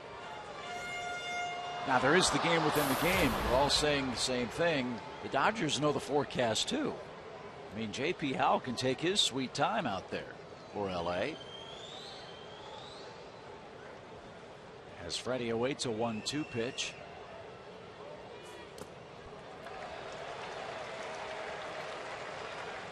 And that's a little low. 2-2. Well, playing here all those years, as many games as you guys have seen here, and knowing the rain, the forecast, and now with radar so advanced, you got to be a little careful playing that weather game. It always seems to come back and bite you one way or another. Just kind of play the game and see what happens, but it's hard to get out of your mind for sure.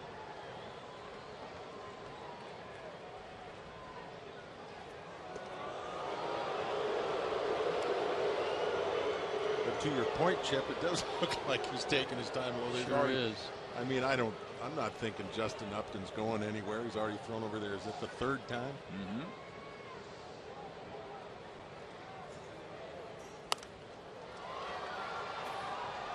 Freddie stays alive. It's 2-2. Miami won. The Mets won. The Phillies won. The Nationals are losing 4-2. The Braves are down 2-1 in the 6th.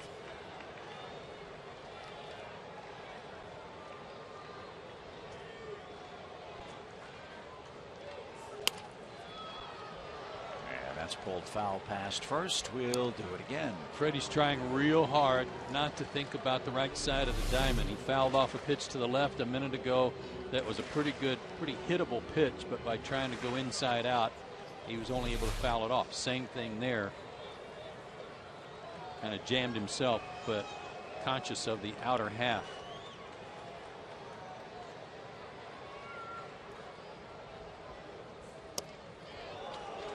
How about this at bat, fellas? 0-2 after the rain delay. Fights off a couple of pitches and now works it full. Yeah, that's impressive. He missed the target big time there. He was trying to throw a breaking ball away.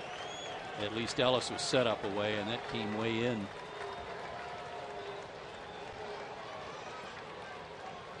Three balls, two strikes.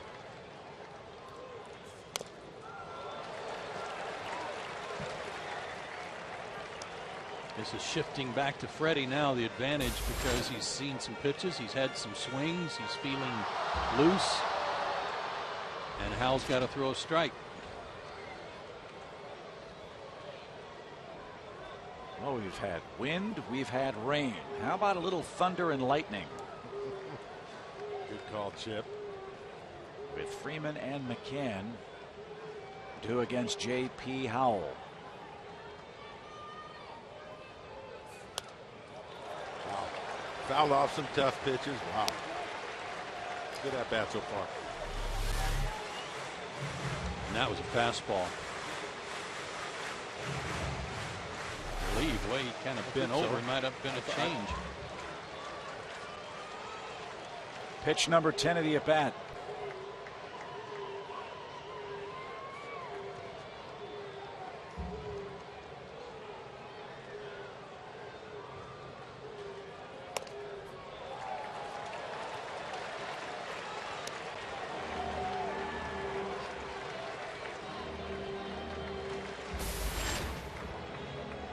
Freddie's been one of the best Braves hitters against left-handed pitching, a .297 mark.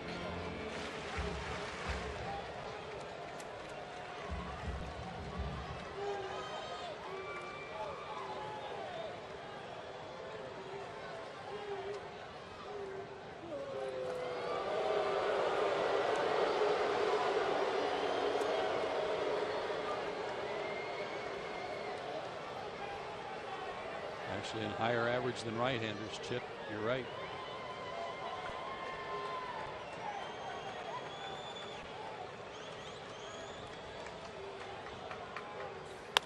High fly ball down the right field line, but he was out in front. I don't know if J.P. Howell thought he'd given up a long ball or a gapper, or I mean one down the line, because he was already hustling over to back up third.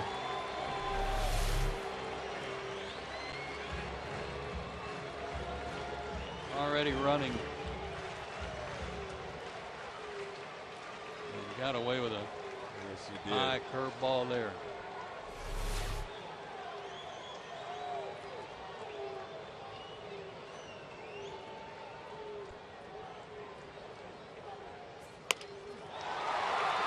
Sharply hit to second and dropped.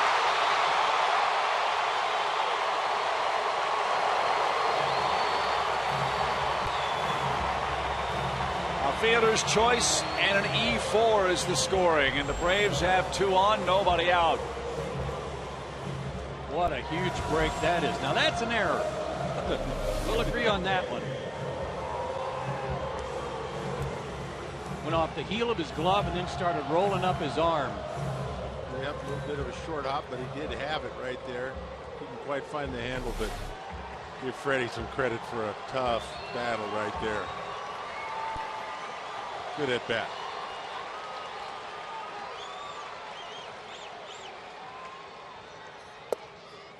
A strike to Brian McCann.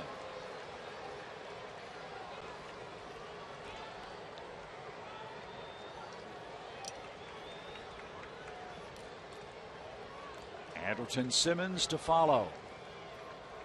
They've got Belisario in their bullpen ready to go.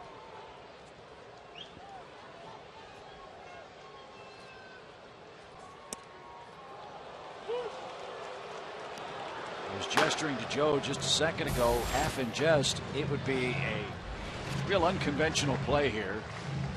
But knowing you got to tie it first before you win it, knowing the forecast, would a bunt be in order for McCann?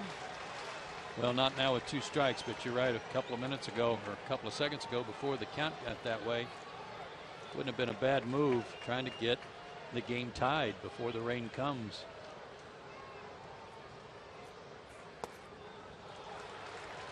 So now it's McCann's turn to have to battle 0-2.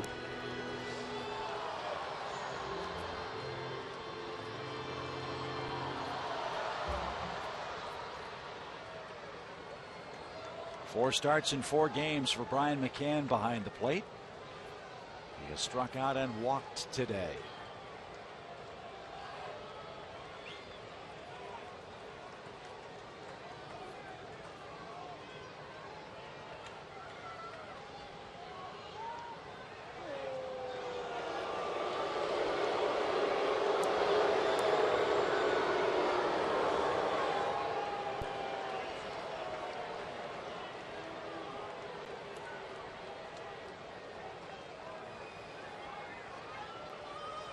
Justin Upton at second after a single. Freeman at first after the fielder's choice in the error. Wow. That was close. Let's take a look at little Sherwin-Williams painting the corners. Just missed.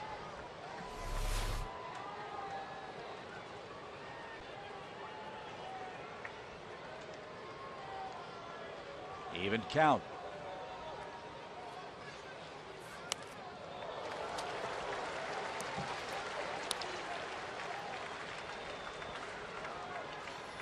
I'd like to see him throw Brian that slow, high curveball and see what happens. Good looking swing on that fastball. Might get him off that fastball, Joe, like you say.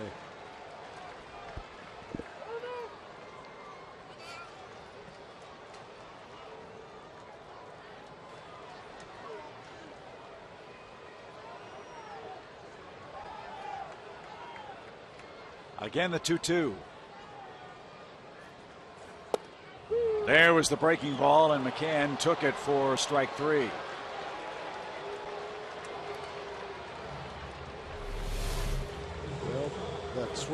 Well, that swing by Brian did get him off the fastball. Came with a nice hook. I mean, we're playing in the bottom of the 9th here. I mean, essentially, right. Yeah. If the rains are about to really come in and stay for a while, this would be an official game. So it's imperative you at least tie it, or best case scenario, take the lead.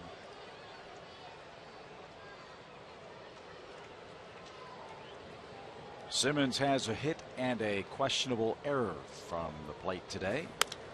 And he pops one up into shallow center. Out goes Ellis, in comes Kemp. And Kemp gets there for the second out.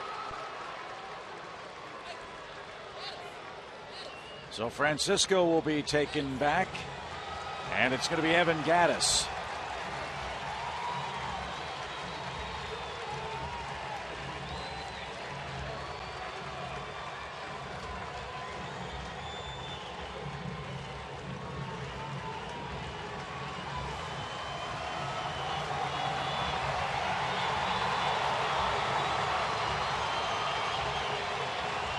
The cheer you hear is for Evan Gattis. And Don Mattingly will not allow J.P. Howell to face him. It'll be a righty-righty matchup as the Braves go to El Oso Blanco in the raindrops in Atlanta.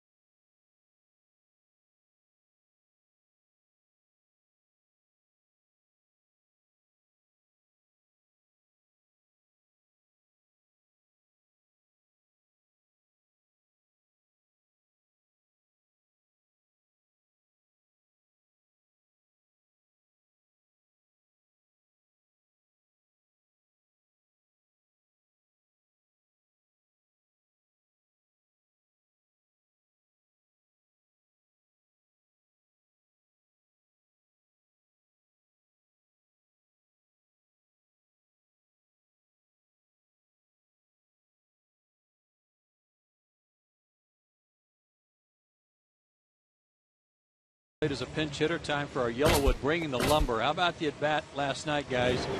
First, he goes over and talks to Justin Upton and Reed Johnson. Get a little scouting report on Kenley Jansen. And here's the pitch-by-pitch at bat. As Jansen got an early strike. That was the only four-seamer Evans said he threw him. Everything else was a cutter. Gets ahead in the count, and then the foul ball work begins. And each time Evan feels a little bit like he's getting closer. And then on one inside, he hit it out of the ballpark. That was bringing some big lumber in the 8th inning. Well, the little that I've seen Evan Gattis, you keep challenging him and keep that going there. You're eventually going to lose. Belisario also throws hard, mid-90s with a slider. Gave up a couple of unearned runs here in game 1. First and second, 2 outs now. And Gattis with a mighty cut.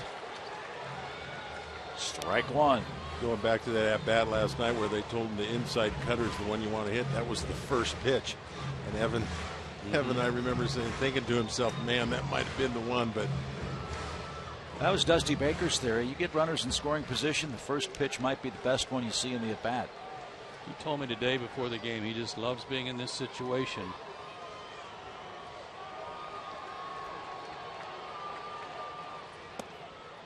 He laid off.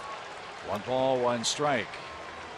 He loves the situation. The Braves love the results. Gaddis this year is a pinch hitter, 3 for 4, 2 homers, 5 RBIs.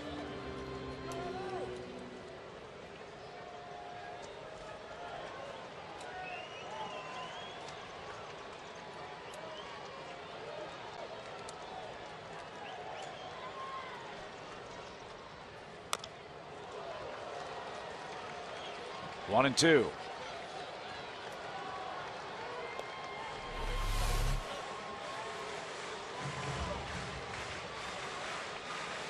Target was away, and that ball was like a two-seamer coming back to the plate.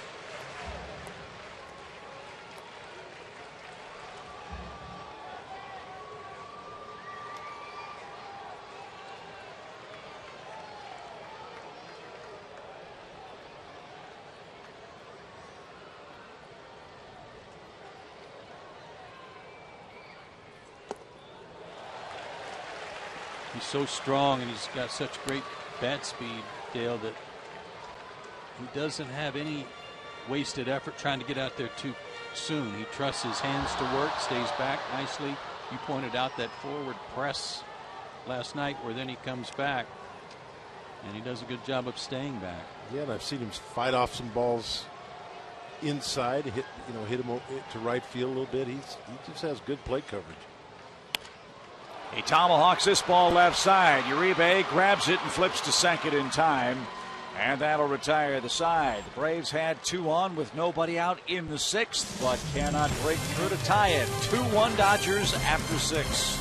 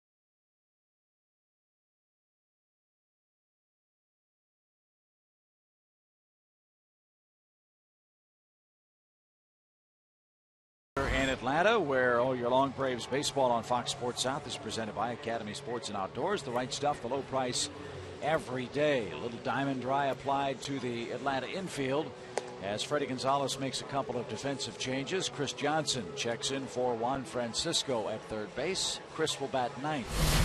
And it's Anthony Barbaro answering the AT&T call to the bullpen. Anthony's had a couple of much needed days off.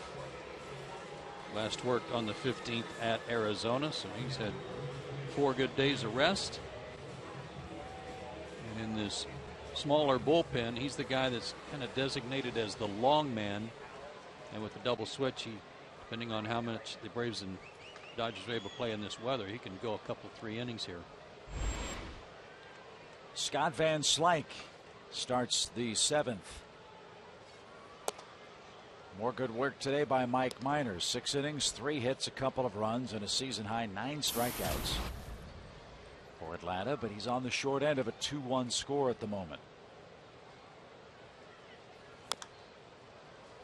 And Van Slyke fouled that off his foot, and he'll go to a mid-catcher crouch. Trying to walk that off. 1 ball, 1 strike. Got rid of the bat in a hurry because this hurt. Right off the top of the, or bottom of the shin.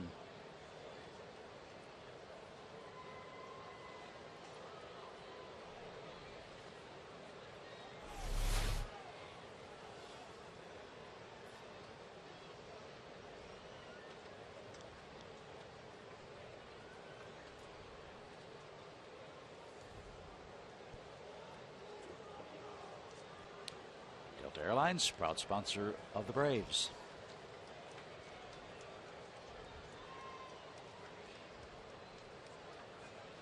One ball, 1 strike for Van Slyke.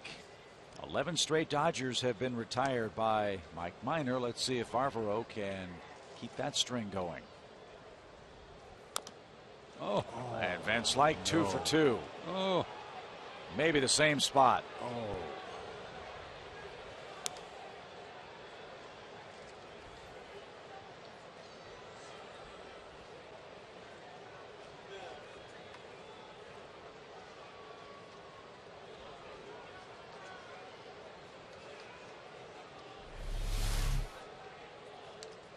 bottom of the shin on the first one. Oh, almost exactly the same place. That's rough. Wow. Ouch.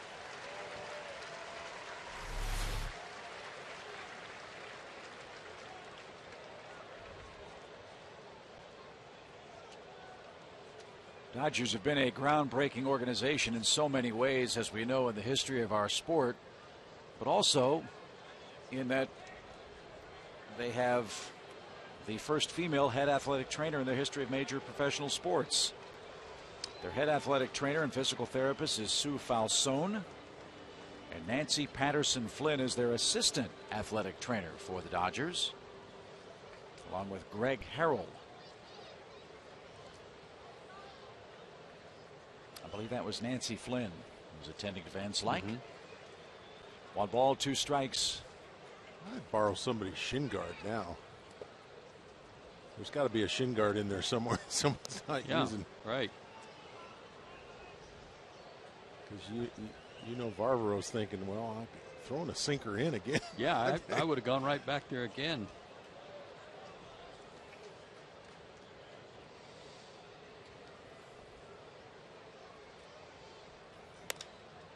Popped up. And Van Slyke is out number 1. And never has Van Slyke ever been so happy to get an at bat over with. That will bark all the way to Milwaukee.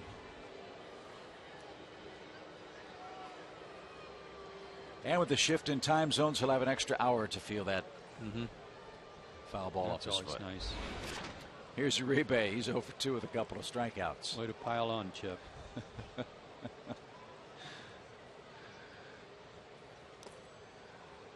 little low, 1 ball, no strikes.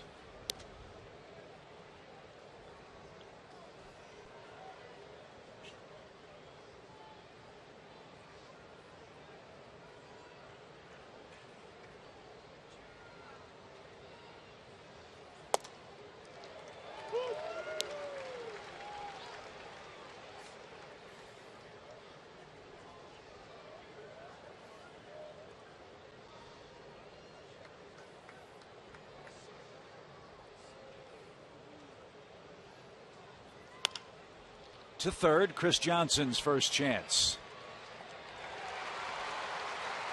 2 outs. Base is empty in the top of the 7th inning. Fox Sports South is bringing you the most coverage of the ACC baseball tournament. Don't miss all the action live from Durham. Top teams square off for the ACC title. It's the ACC baseball tournament starting Wednesday at 11 a.m. on Fox Sports South.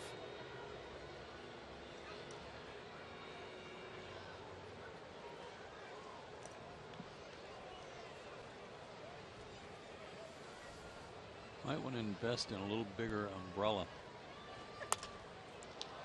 That's down the left field line. Long run for Justin, and it's foul.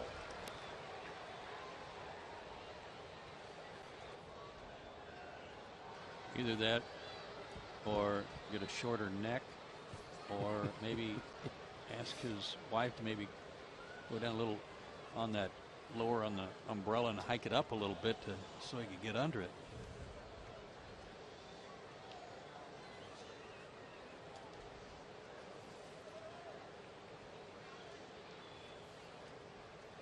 At least they didn't bring the duck umbrella you saw the other day. Remember that thing?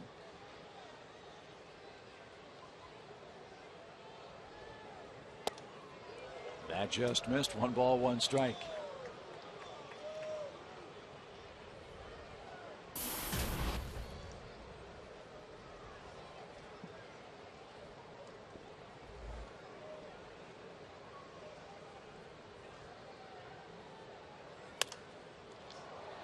If Punto can reach, the Dodgers will go to their bench. Andre Ethier has grabbed a bat. He's on deck.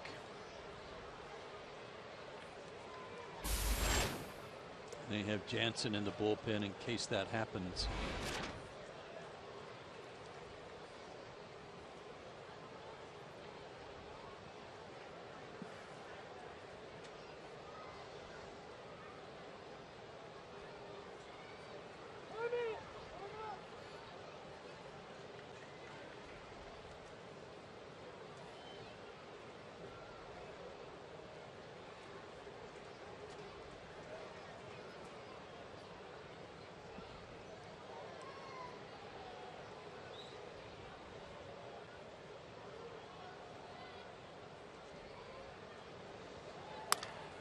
Off Farvaro's glove, but Pena stays with it and makes the play to retire the side.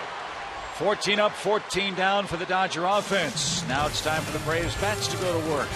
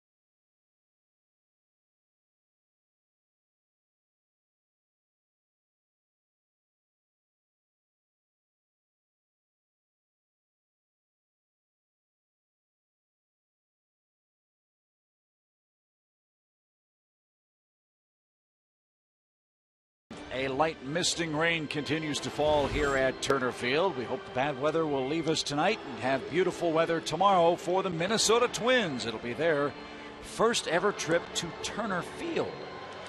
Beginning Monday, Tuesday, and Wednesday, you can take advantage of the Coca-Cola 2 for $30 Tuesday ticket special and take off early for the Braves Business Fan special on Wednesday afternoon. Good seats available for the Braves and Twins. Get them at braves.com/tickets or call 800-745-3000. And our Delta on deck is the Minnesota Twins. They are in last place in the American League Central, but as you see, an 18-21 record. They've fallen on some hard times. They've lost 4 in a row and 6 out of their last 8. Still have those 2 big bats in the middle of their lineup in Maurer and Morneau. They are also 9-9 on the road, so playing good baseball away from Target Field.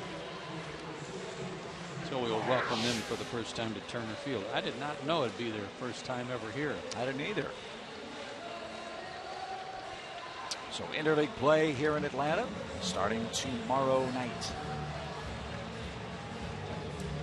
Enjoyed the chance with the World Baseball Classic to get to see Joe Mauer up close and personal, see how he goes about his work and his spring training. Very impressive routines. Loves the batting tee. Has a real interesting weighted batting gloves. Huh. I'd never seen that before, and a lot of guys on the team as well, they go, what do you got there? And a lot of guys tried it. Really interesting to see him work. What a swing. What a swing. Andre Ethier was on deck. He's now taken over in right field for the Dodgers, as Ramiro Pena starts things off in the Atlanta 7th. Pena, Chris Johnson, Jordan Schaefer, the trio up, down a run. And this is about the time we start hitting home runs. 20 home runs from the 7th inning on, which leads the league, or does it lead all baseball? First pitch swing, Pena to Ethier in right. 1 out. Leads all of baseball. 20 home runs from the 7th inning on. That's a lot of fun. So, and they pick on the bullpens of opponents too. Well, as much trouble as the Dodgers pen has had, you wonder if they'll call on Peter Moylan. Remember, the former Brave is with the Dodgers and pitching at AAA. Peter's pitched in 13 games, 17 innings, ERA over 4.7. Certainly a guy that knows how to get outs and get the ball on the ground when he's right.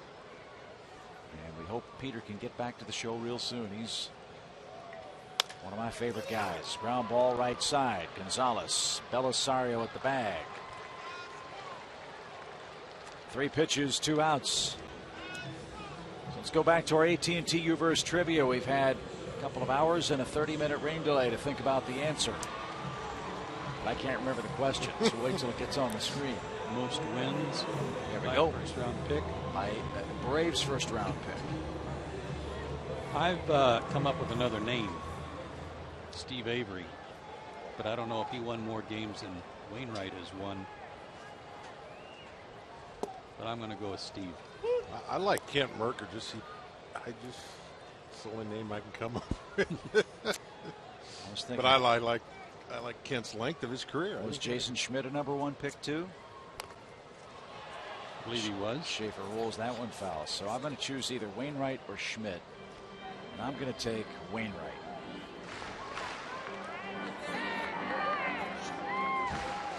Nice. And here's the list. Tommy Green. Oh, there you go. Wainwright quickly moving up that list.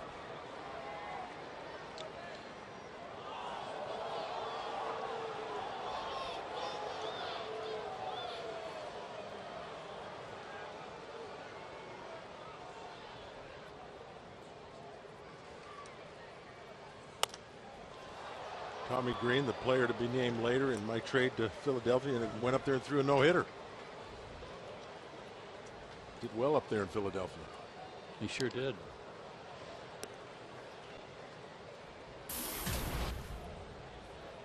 That was a good hitter's park.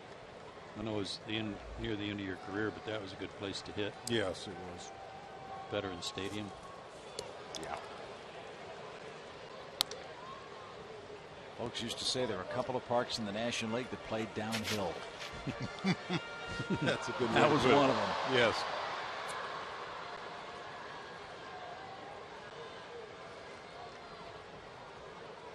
Ball and 2 strikes for Jordan Schaefer.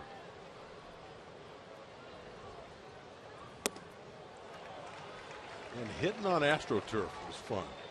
I have to say, not playing defense was no fun, but loved to hit on AstroTurf, especially after a rain delay. That was always fun.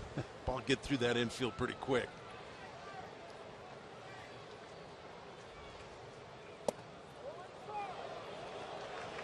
Here's Schaefer again, seeing a lot of pitches. He has struck out, walked. He has the Braves RBI today, and he's worked a full count.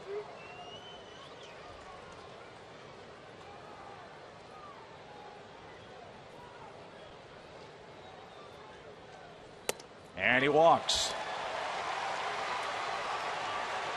Getting a sense, Joe, that Jordan Schaefer is becoming more and more comfortable with the type of player he needs to be on this roster. Couldn't agree more. And every time he starts up to this point, he does something to help the Braves win.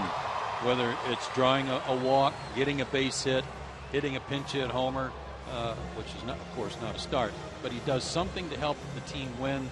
Good defense. He's a different player. Belisario will be taken down after an inning of relief. Jason Hayward, the hitter, will tell you who the new Dodger pitcher will be after this.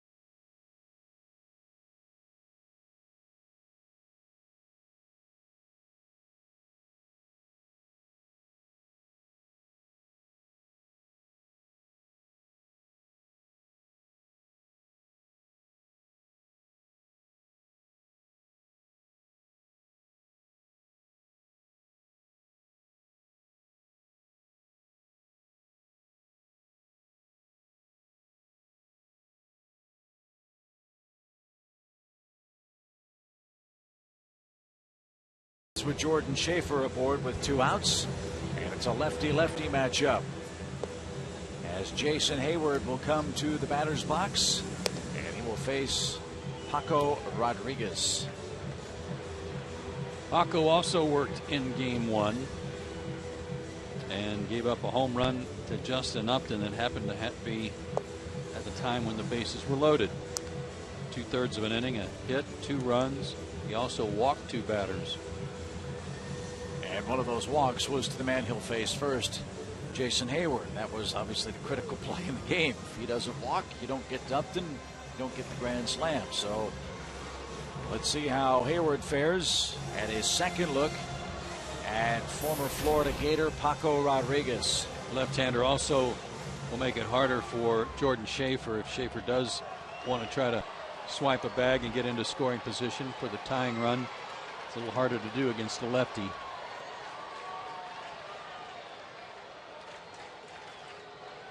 So slow track out there too from all the rain.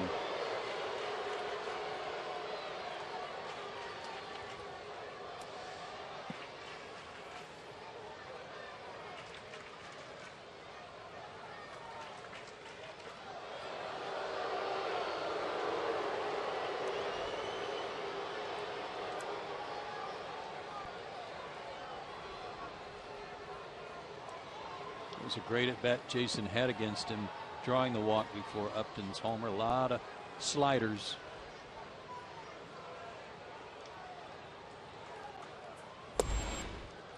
And one there for a called strike.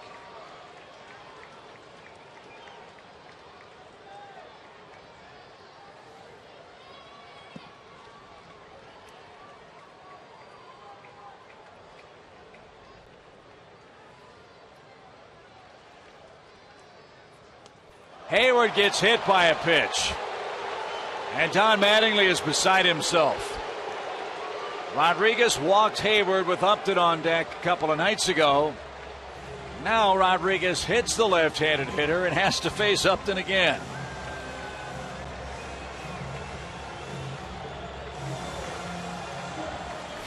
You mentioned, Joe, this at bat the other, or here's Justin's at bat.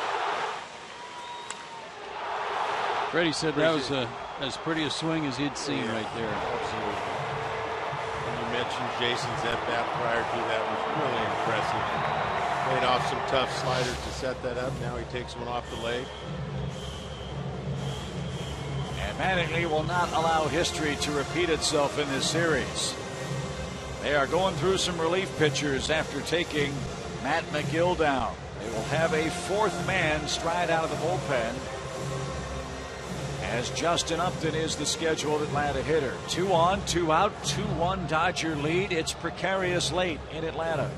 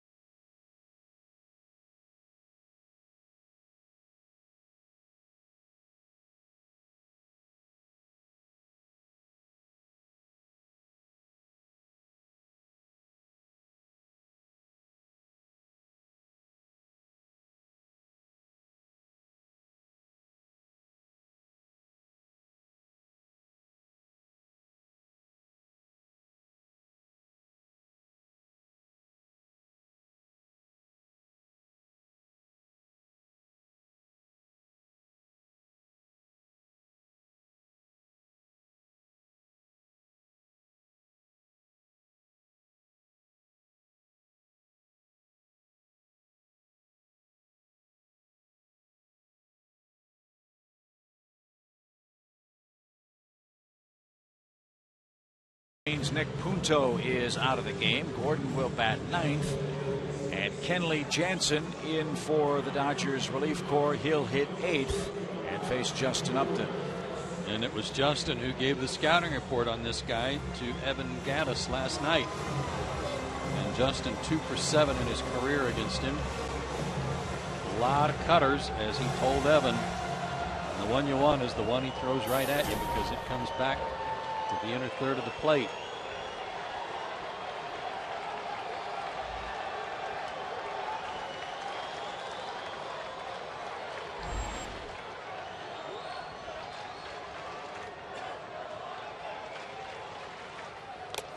And he had a good cut. Strike one.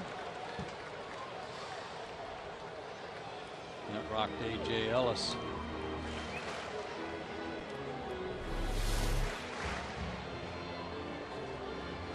Remember Justin's last at bat when he got his hands, bat head up above his hands, got on top of it. There's another swing there, a good pitch to hit. It looks like he's just under it.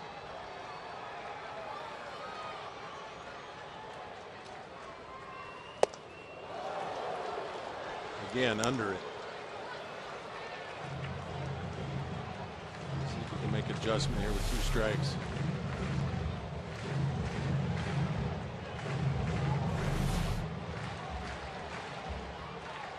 Mid-90s with his 4-seamer.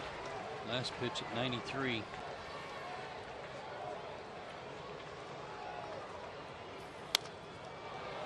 Today I found out that Andrelton Simmons, who also hit a home run off Jansen last night, played with Jansen in Curacao. And as you pointed out last night, Chip, Jansen was a former catcher.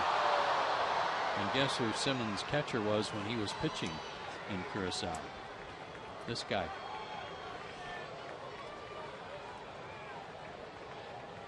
No balls, 2 strikes.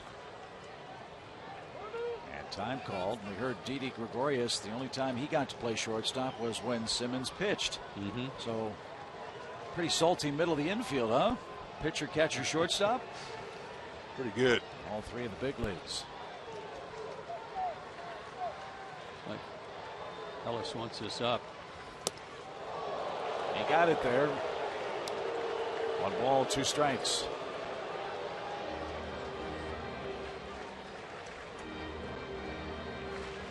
Great speed on the base paths. If Upton can split a gap, Hayward might be able to score from first. Very wet track on the infield and the outfield in a steady rain at Turner Field. Yeah, you hit a line drive on the grass, it's going to skip. It's going to hydroplane big time.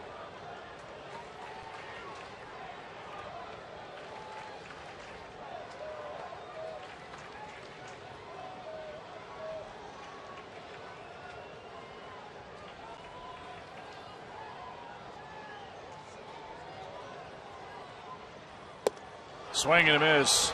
And Upton's down on strikes. The Braves again have 2 on in the 7th. Can't break through. Still 2-1 Dodgers as we head to the 8th.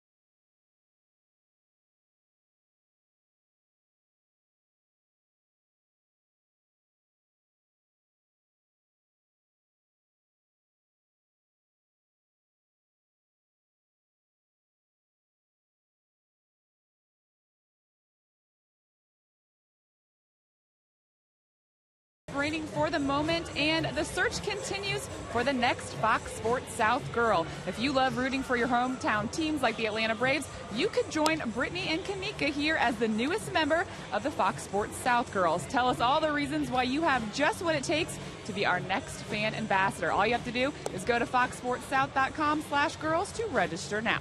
Gentlemen. Thank you, Elizabeth. There's a look at Luis Avilan. He's the 3rd pitcher of the afternoon for Atlanta. Mike Minor went 6 innings, allowing 2 runs on 3 hits. Anthony Barbaro got him 1, 2, 3 in the 7th. Now Avilan has the 9, 1, and 2 hitters coming up. Luis had a good inning in game 1 of this series. Perfect inning, and struck out 1 of the 3 he faced.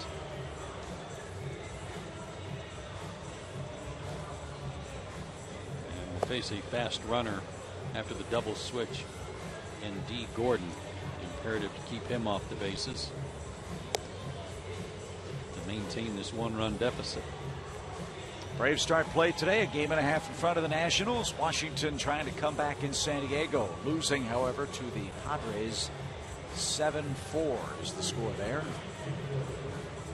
Pittsburgh beat Houston 1-0. Cardinals beat Milwaukee 4-2. Rockies beating the Giants 5-0. Giants had a rough road trip after looking like world beaters against Atlanta at AT&T Park. Yeah, looked like world champs. But the defense of the Giants has been offensive. They've committed 12 errors in 5 games on their road trip.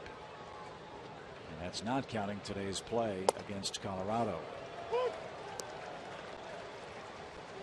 D. Gordon hitting a .196. The last Dodger to reach base was Matt Kemp in the 3rd. 14 straight Dodgers have been set down. Braves pitching, giving the offense a chance to catch up, but we're running out of outs. Atlanta has 6 left.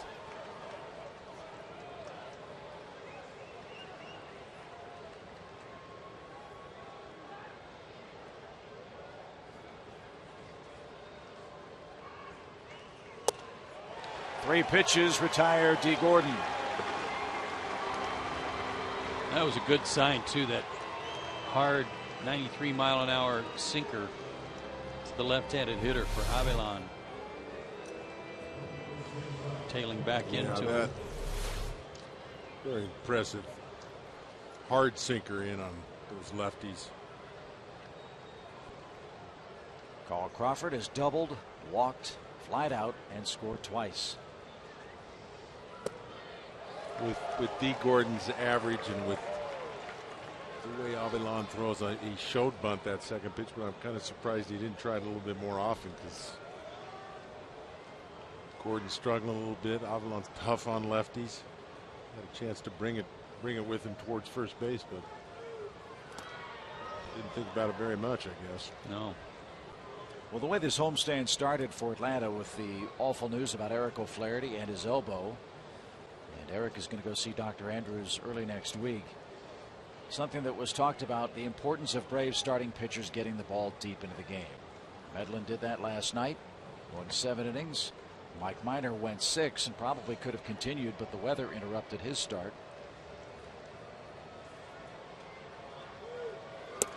So that takes an awful lot of pressure off your middle relief and gives you, again with Avilan and Kimbrel, a chance to nail it down if you can get the lead late, which is what happened last night.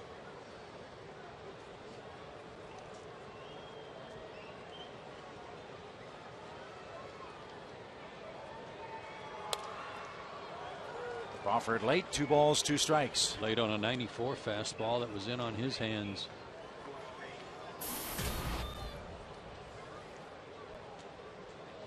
This has been a very well attended series.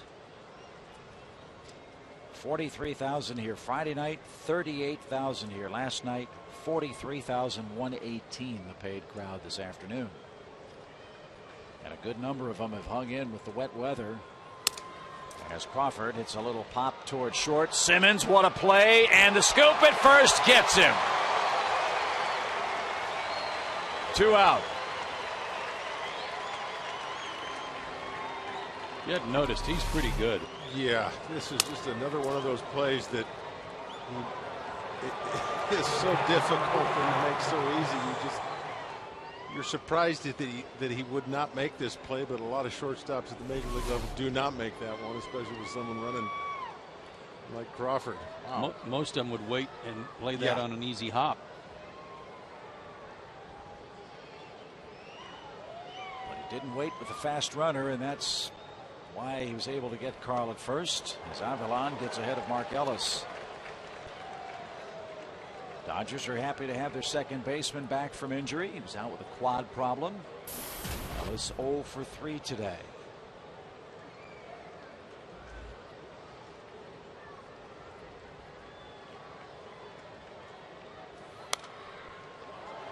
Strike 2. Avilan throws harder and his ball moves more than I think most guys realize. He's touching mid-90s. Yeah, I think some of the rest that he's gotten Not working on consecutive days helps that. Good point.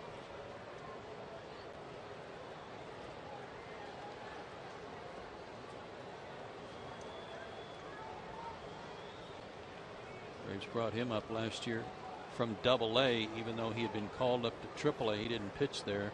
Came straight on to Atlanta. I believe Alex Wood is supposed to pitch tonight too. 2-2 with an 0.82 ERA for Mississippi, weather permitting, assuming they might be having some of the same issues we're having. He's given up 4 earned runs in 44 innings pitched.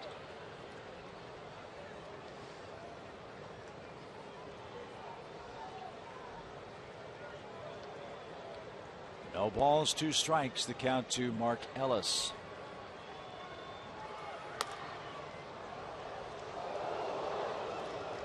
And bad weather did affect Brandon Beachy today. He was supposed to work up in Gwinnett, but that game was rained out. So Beachy pitched 3 innings inside, a simulated game.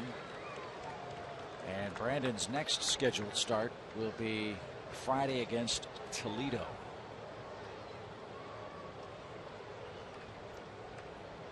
Imagine how frustrating that must have been for Beachy. You're waiting and waiting and waiting to get to a game and get rained out.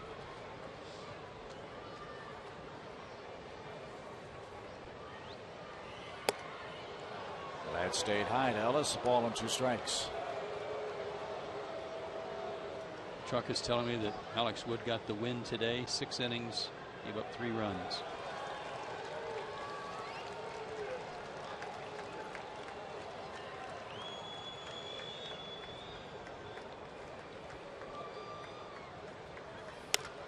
Popped up. Freddie Freeman is called off by Ramiro Pena, and it's 17 up, 17 down for the Dodgers offense. 4, 5, and 6 up for the Braves, looking for a game-tying run or more.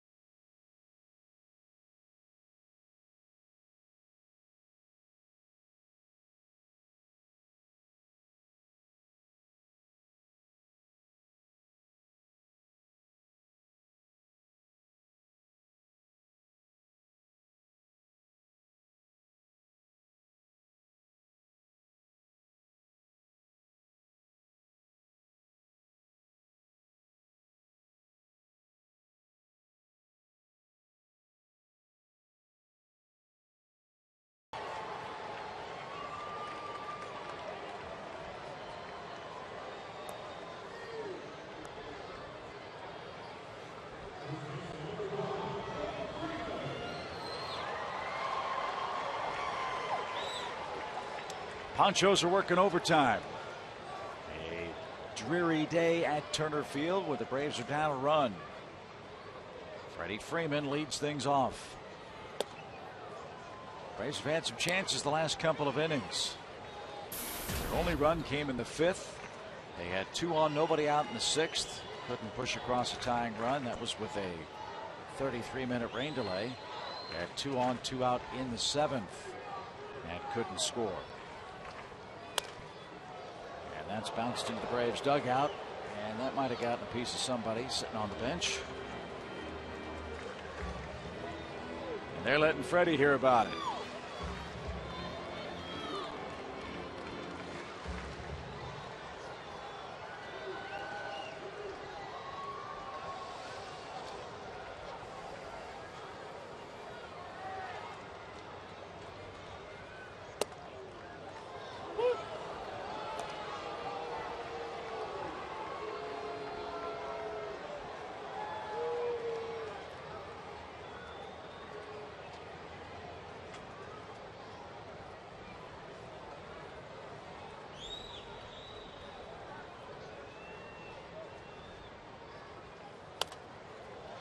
Freddie protects the plate, stays alive. 1 ball, 2 strikes. Well, it is indeed cutter after cutter after cutter from Jansen.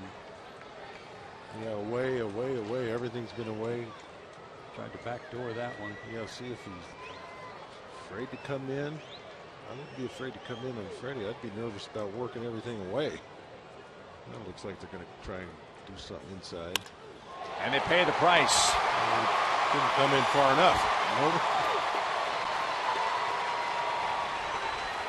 Tying run aboard for the Braves in the 8th with nobody out. Remember his last at bat when he was fighting off pitches away.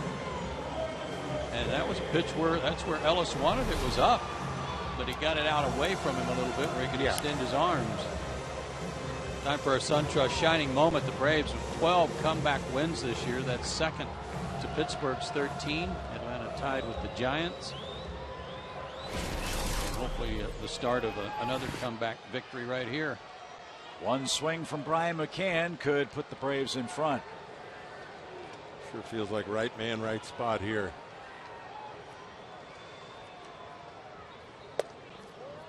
Ball 1.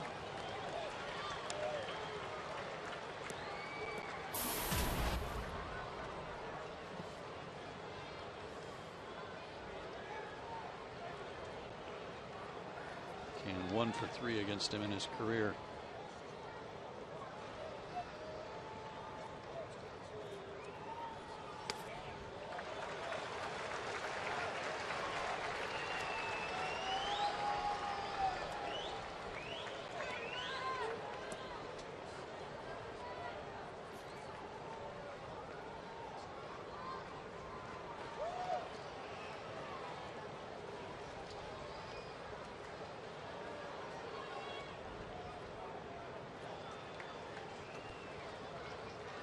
Two balls, no strikes.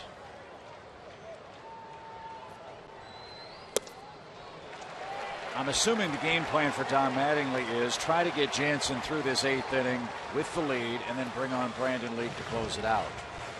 I would guess that would be right too, Chip. I'm a little surprised they're holding Freddie on with Mack up there. And of course, he represents a tying run. They don't want him to get too big a lead, but I'd want to give Adrian Gonzalez a little room over there to work.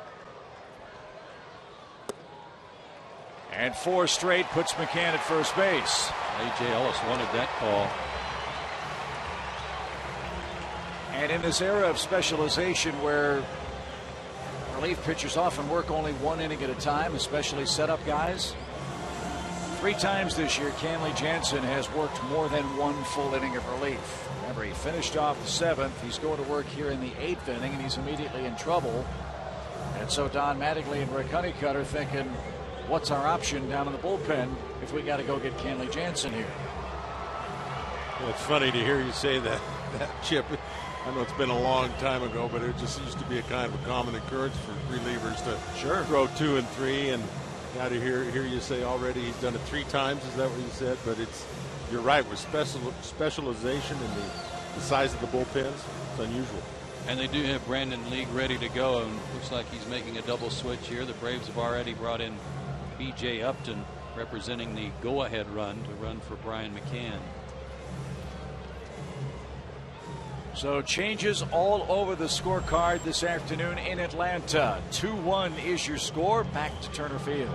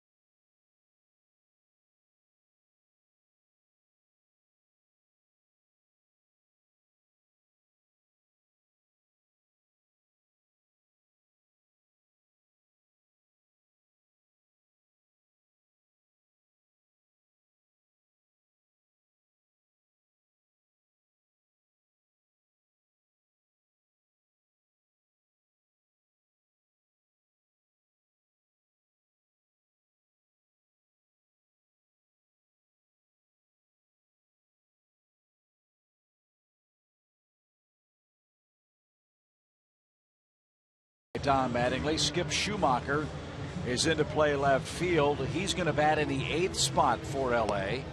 And it is going to be Brandon League, who saved 9 of 10 games. And frankly, the game might be the 8th inning, not the 9th. Braves have 2 on, nobody out, and are down a run. Yeah, it's obvious that Don Mattingly will worry about the 9th when he gets to the 9th. Brandon League throws hard. They got him from Seattle. He's in the mid to upper 90s with his fastball, has a split finger pitch and a slider. High ERA, though, not off to a very good start. You would assume Simmons will be bunting here, and the Dodgers are anticipating it too.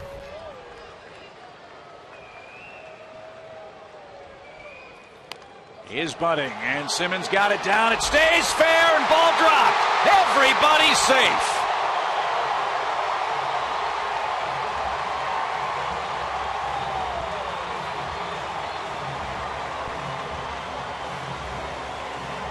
What a good bunt.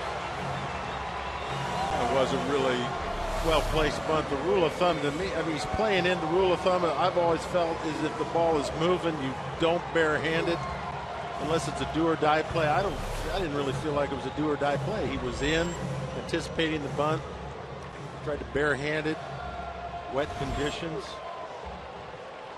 A sacrifice and an error. And now Gerald Laird comes up for Atlanta. Bases loaded and nobody out. First pitch swing, line drive, right center field. That's down. The game is tied 2-2. Gerald Laird in the 8th inning.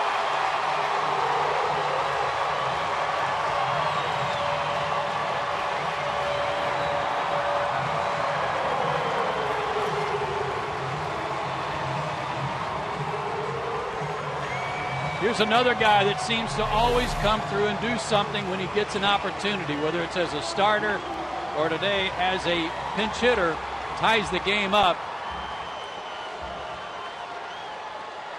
And now the Braves have a lot of possibilities with Pena up there. Infield in for the Dodgers.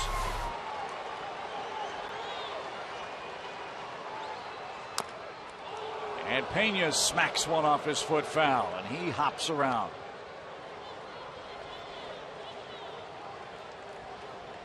And the rain picks up.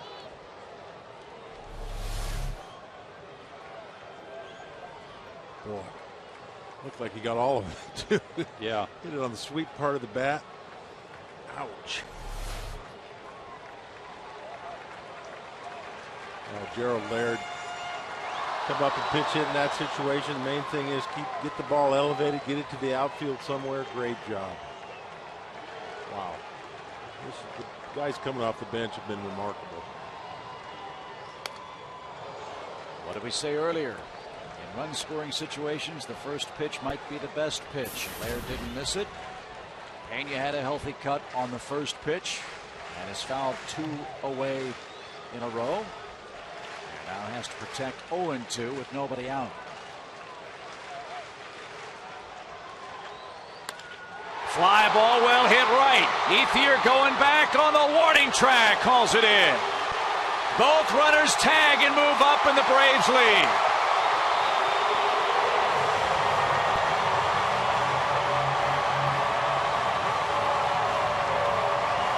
You put the ball in play and look what happens.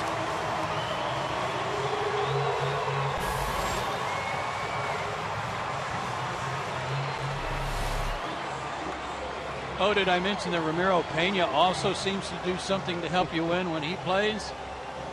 What a good job by the guys who aren't everyday players today. Pena, Schaefer, Laird, all doing a great job helping. Atlanta now leads 3-2. They now lead 4-2 and maybe by more. Up, Laird will stop at third.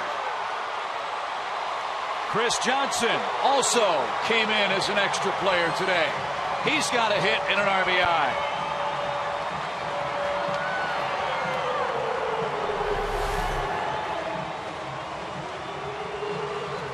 Really nice swing by Chris Johnson, as he's demonstrated a lot this year.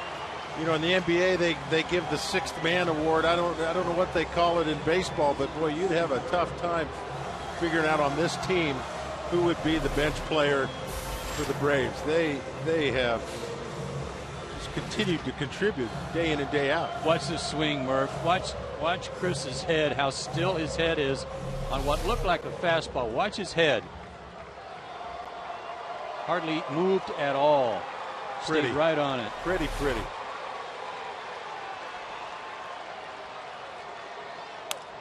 Oh, The squeeze might have been on. Laird was breaking toward the plate. Schaefer swung away. oh my.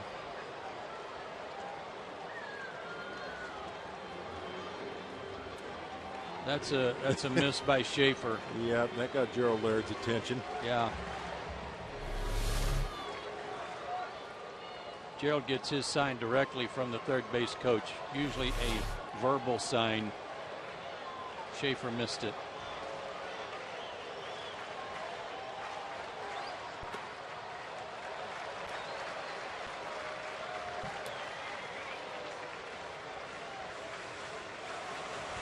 That's a big add-on run to get.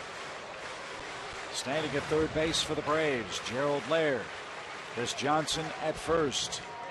Atlanta with 3 runs in the 8th inning. Braves have scored 10 runs against the Dodgers bullpen in this series. You want the element of surprise, and it'd be good to try it again right here. They do. Schaefer got it down, and it's a beauty. Good call, Murph.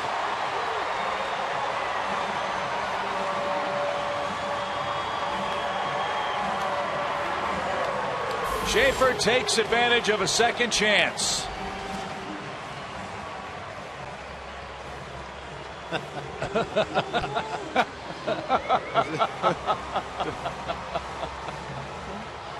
Big sigh of relief from Schaefer.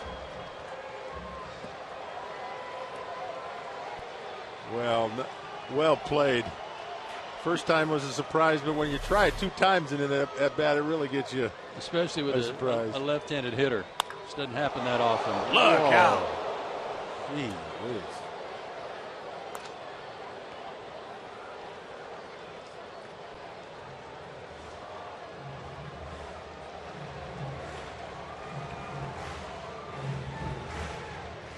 What an inning. A single, a walk, a sacrifice, an error, a single, a sac fly, another single, another sacrifice. And the Braves have scored 4 runs on 3 singles.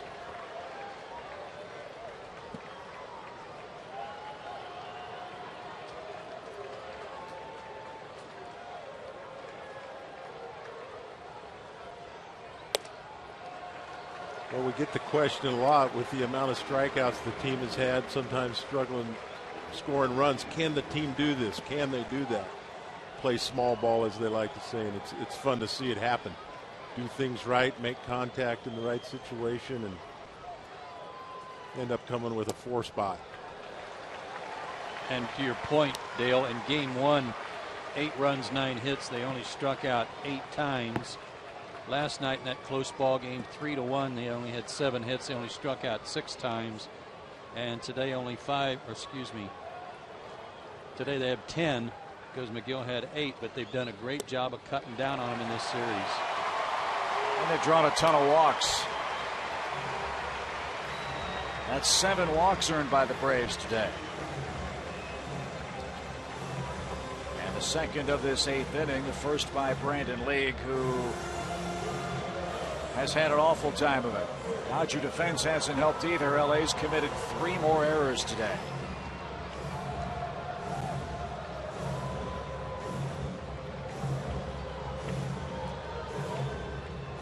So 2 on, 2 out for Justin Upton. Braves send 9 men to the plate in a soggy 8th.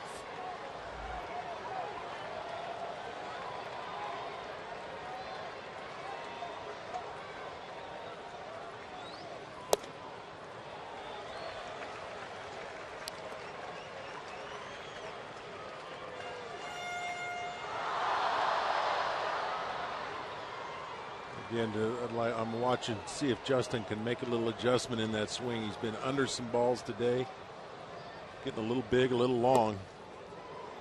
Had that one single where he looked like he really concentrated against McGill to get on top of that ball and see if he can make that adjustment here against League.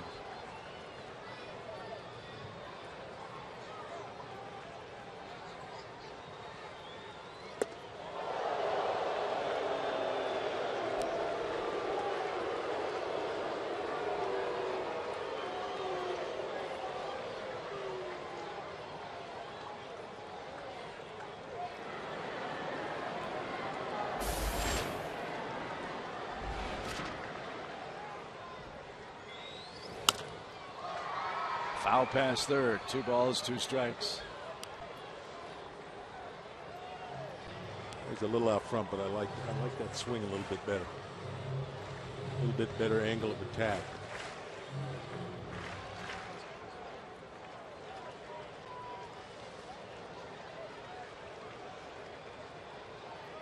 Two balls, 2 strikes.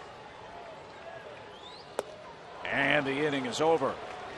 The Dodgers bullpen implodes again. They give up 4 in the 8th inning. Gerald Laird off the bench with an RBI hit, tie the game. Pena sac fly brings home B.J. Upton. Chris Johnson an RBI hit, and for good measure, Jordan Schaefer a second chance sacrifice bunt. 5-2 Atlanta. We go to the 9th. It's Kimbrel time.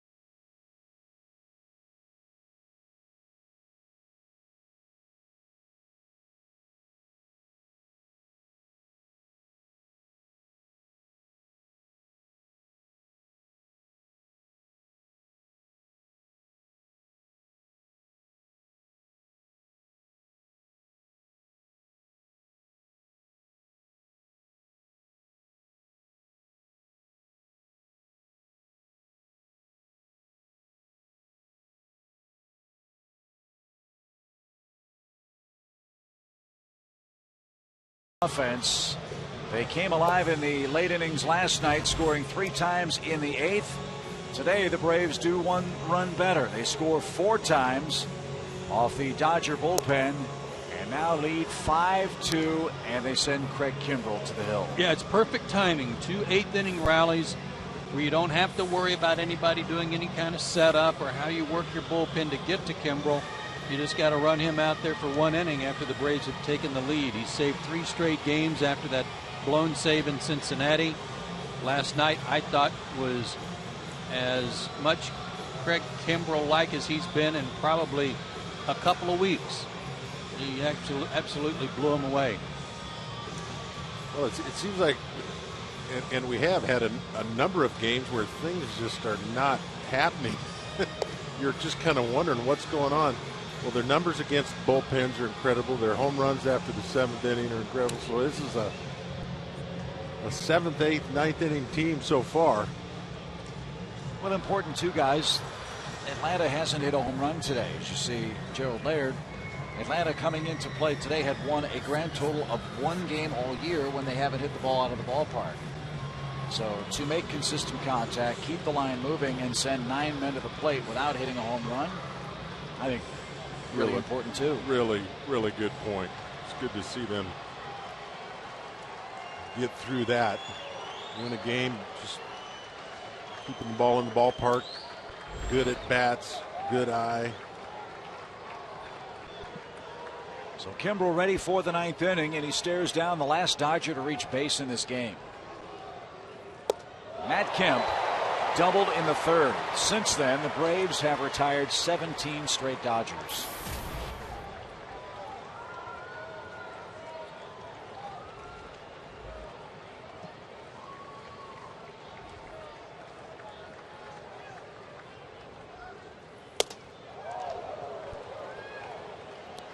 One ball, one strike for Kemp, then Gonzalez, then A.J. Ellis.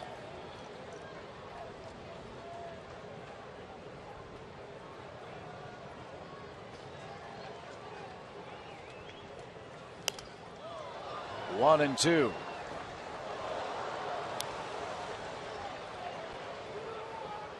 Kemp faced him in game 1 and grounded out to end the game. It's 0 for 3 lifetime with 2 strikeouts.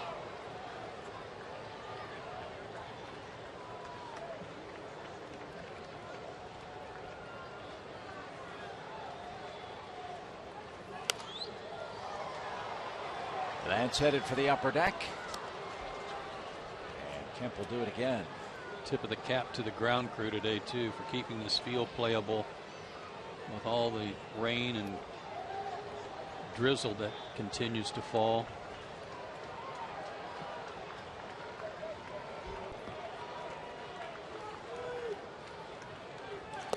Swing and a miss by Kemp. Matt did not enjoy his visit to Atlanta. 1 hit in the series and 1 away in the 9th. His breaking ball last night was devastating in his last 2 strikeouts. And gets Kemp with 1. Adrian Gonzalez has both Dodger RBIs. 1 came in the 1st inning, 1 came in the 3rd inning.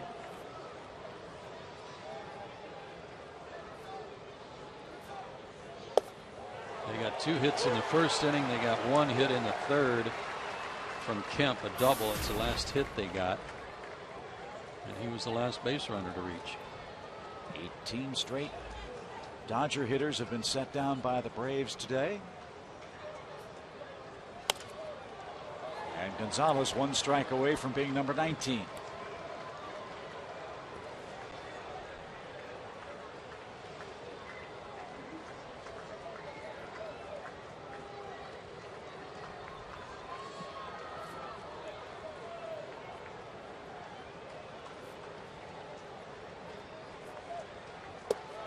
Right down Broadway, 2 out.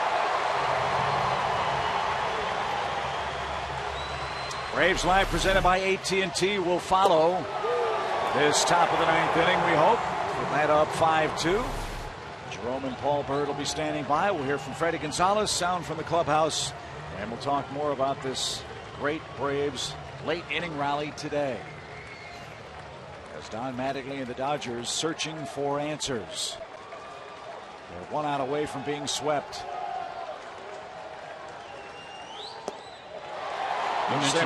Four sweeps already this year? Yeah, this they had to salvage today to not go to 4. Yeah, I think it was 4. Trying to avoid the 4th sweep of the year already. And I'll tell you, Craig Kimbrel is feeling it, as they say. Chip, you mentioned the damage the Braves have done to their bullpen all 3 games. That's got to eat at the manager of the Dodgers too. He's brought in different guys, and each guy got touched up.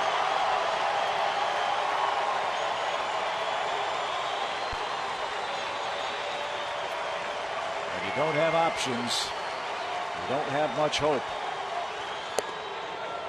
Right now the Dodgers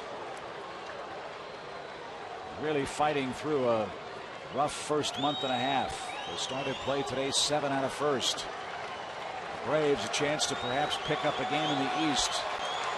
This game's got all the markings of someone snapping in that Dodger clubhouse afterwards. Tough 3 games.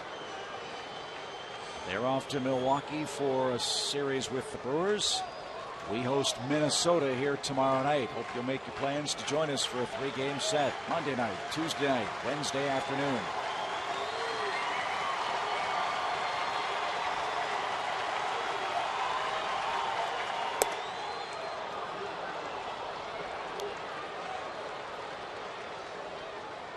Pretty impressive laying off that high fastball like that when you know he's got in the back of your mind he's got that curveball.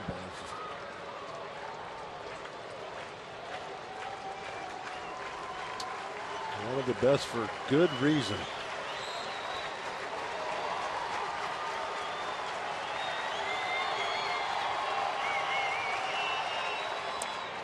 And that ends the streak. First time a Braves pitcher's in the stretch since the 3rd inning.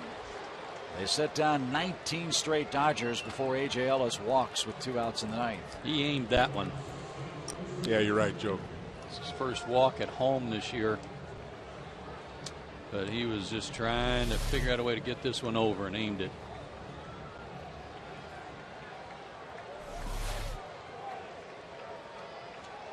Kimbrel struck out Ethier in the 9th inning last night.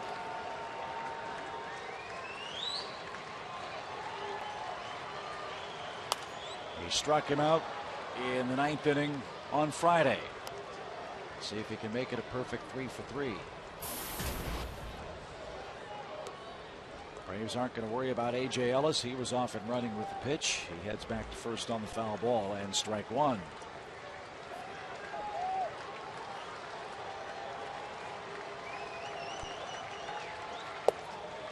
Right there, it's 0-2. Braves concede the base.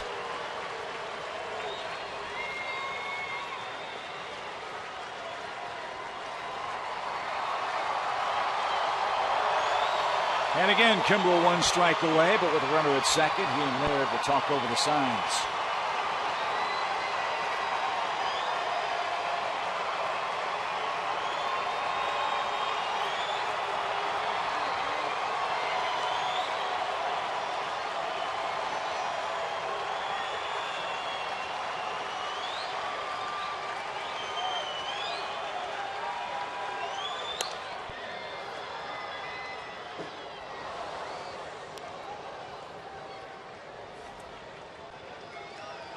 This crowd, guys. I mean, 43,000 fans paid to see this start.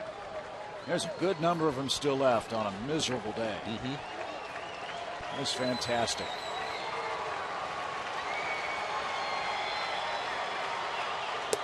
And that ends it. Kimbrel strikes out Ethier, and the Braves come back and sweep the Dodgers. Today's final, Atlanta 5, LA 2. Some kind of way to finish off Los Angeles, and we will finish off our telecast right after this.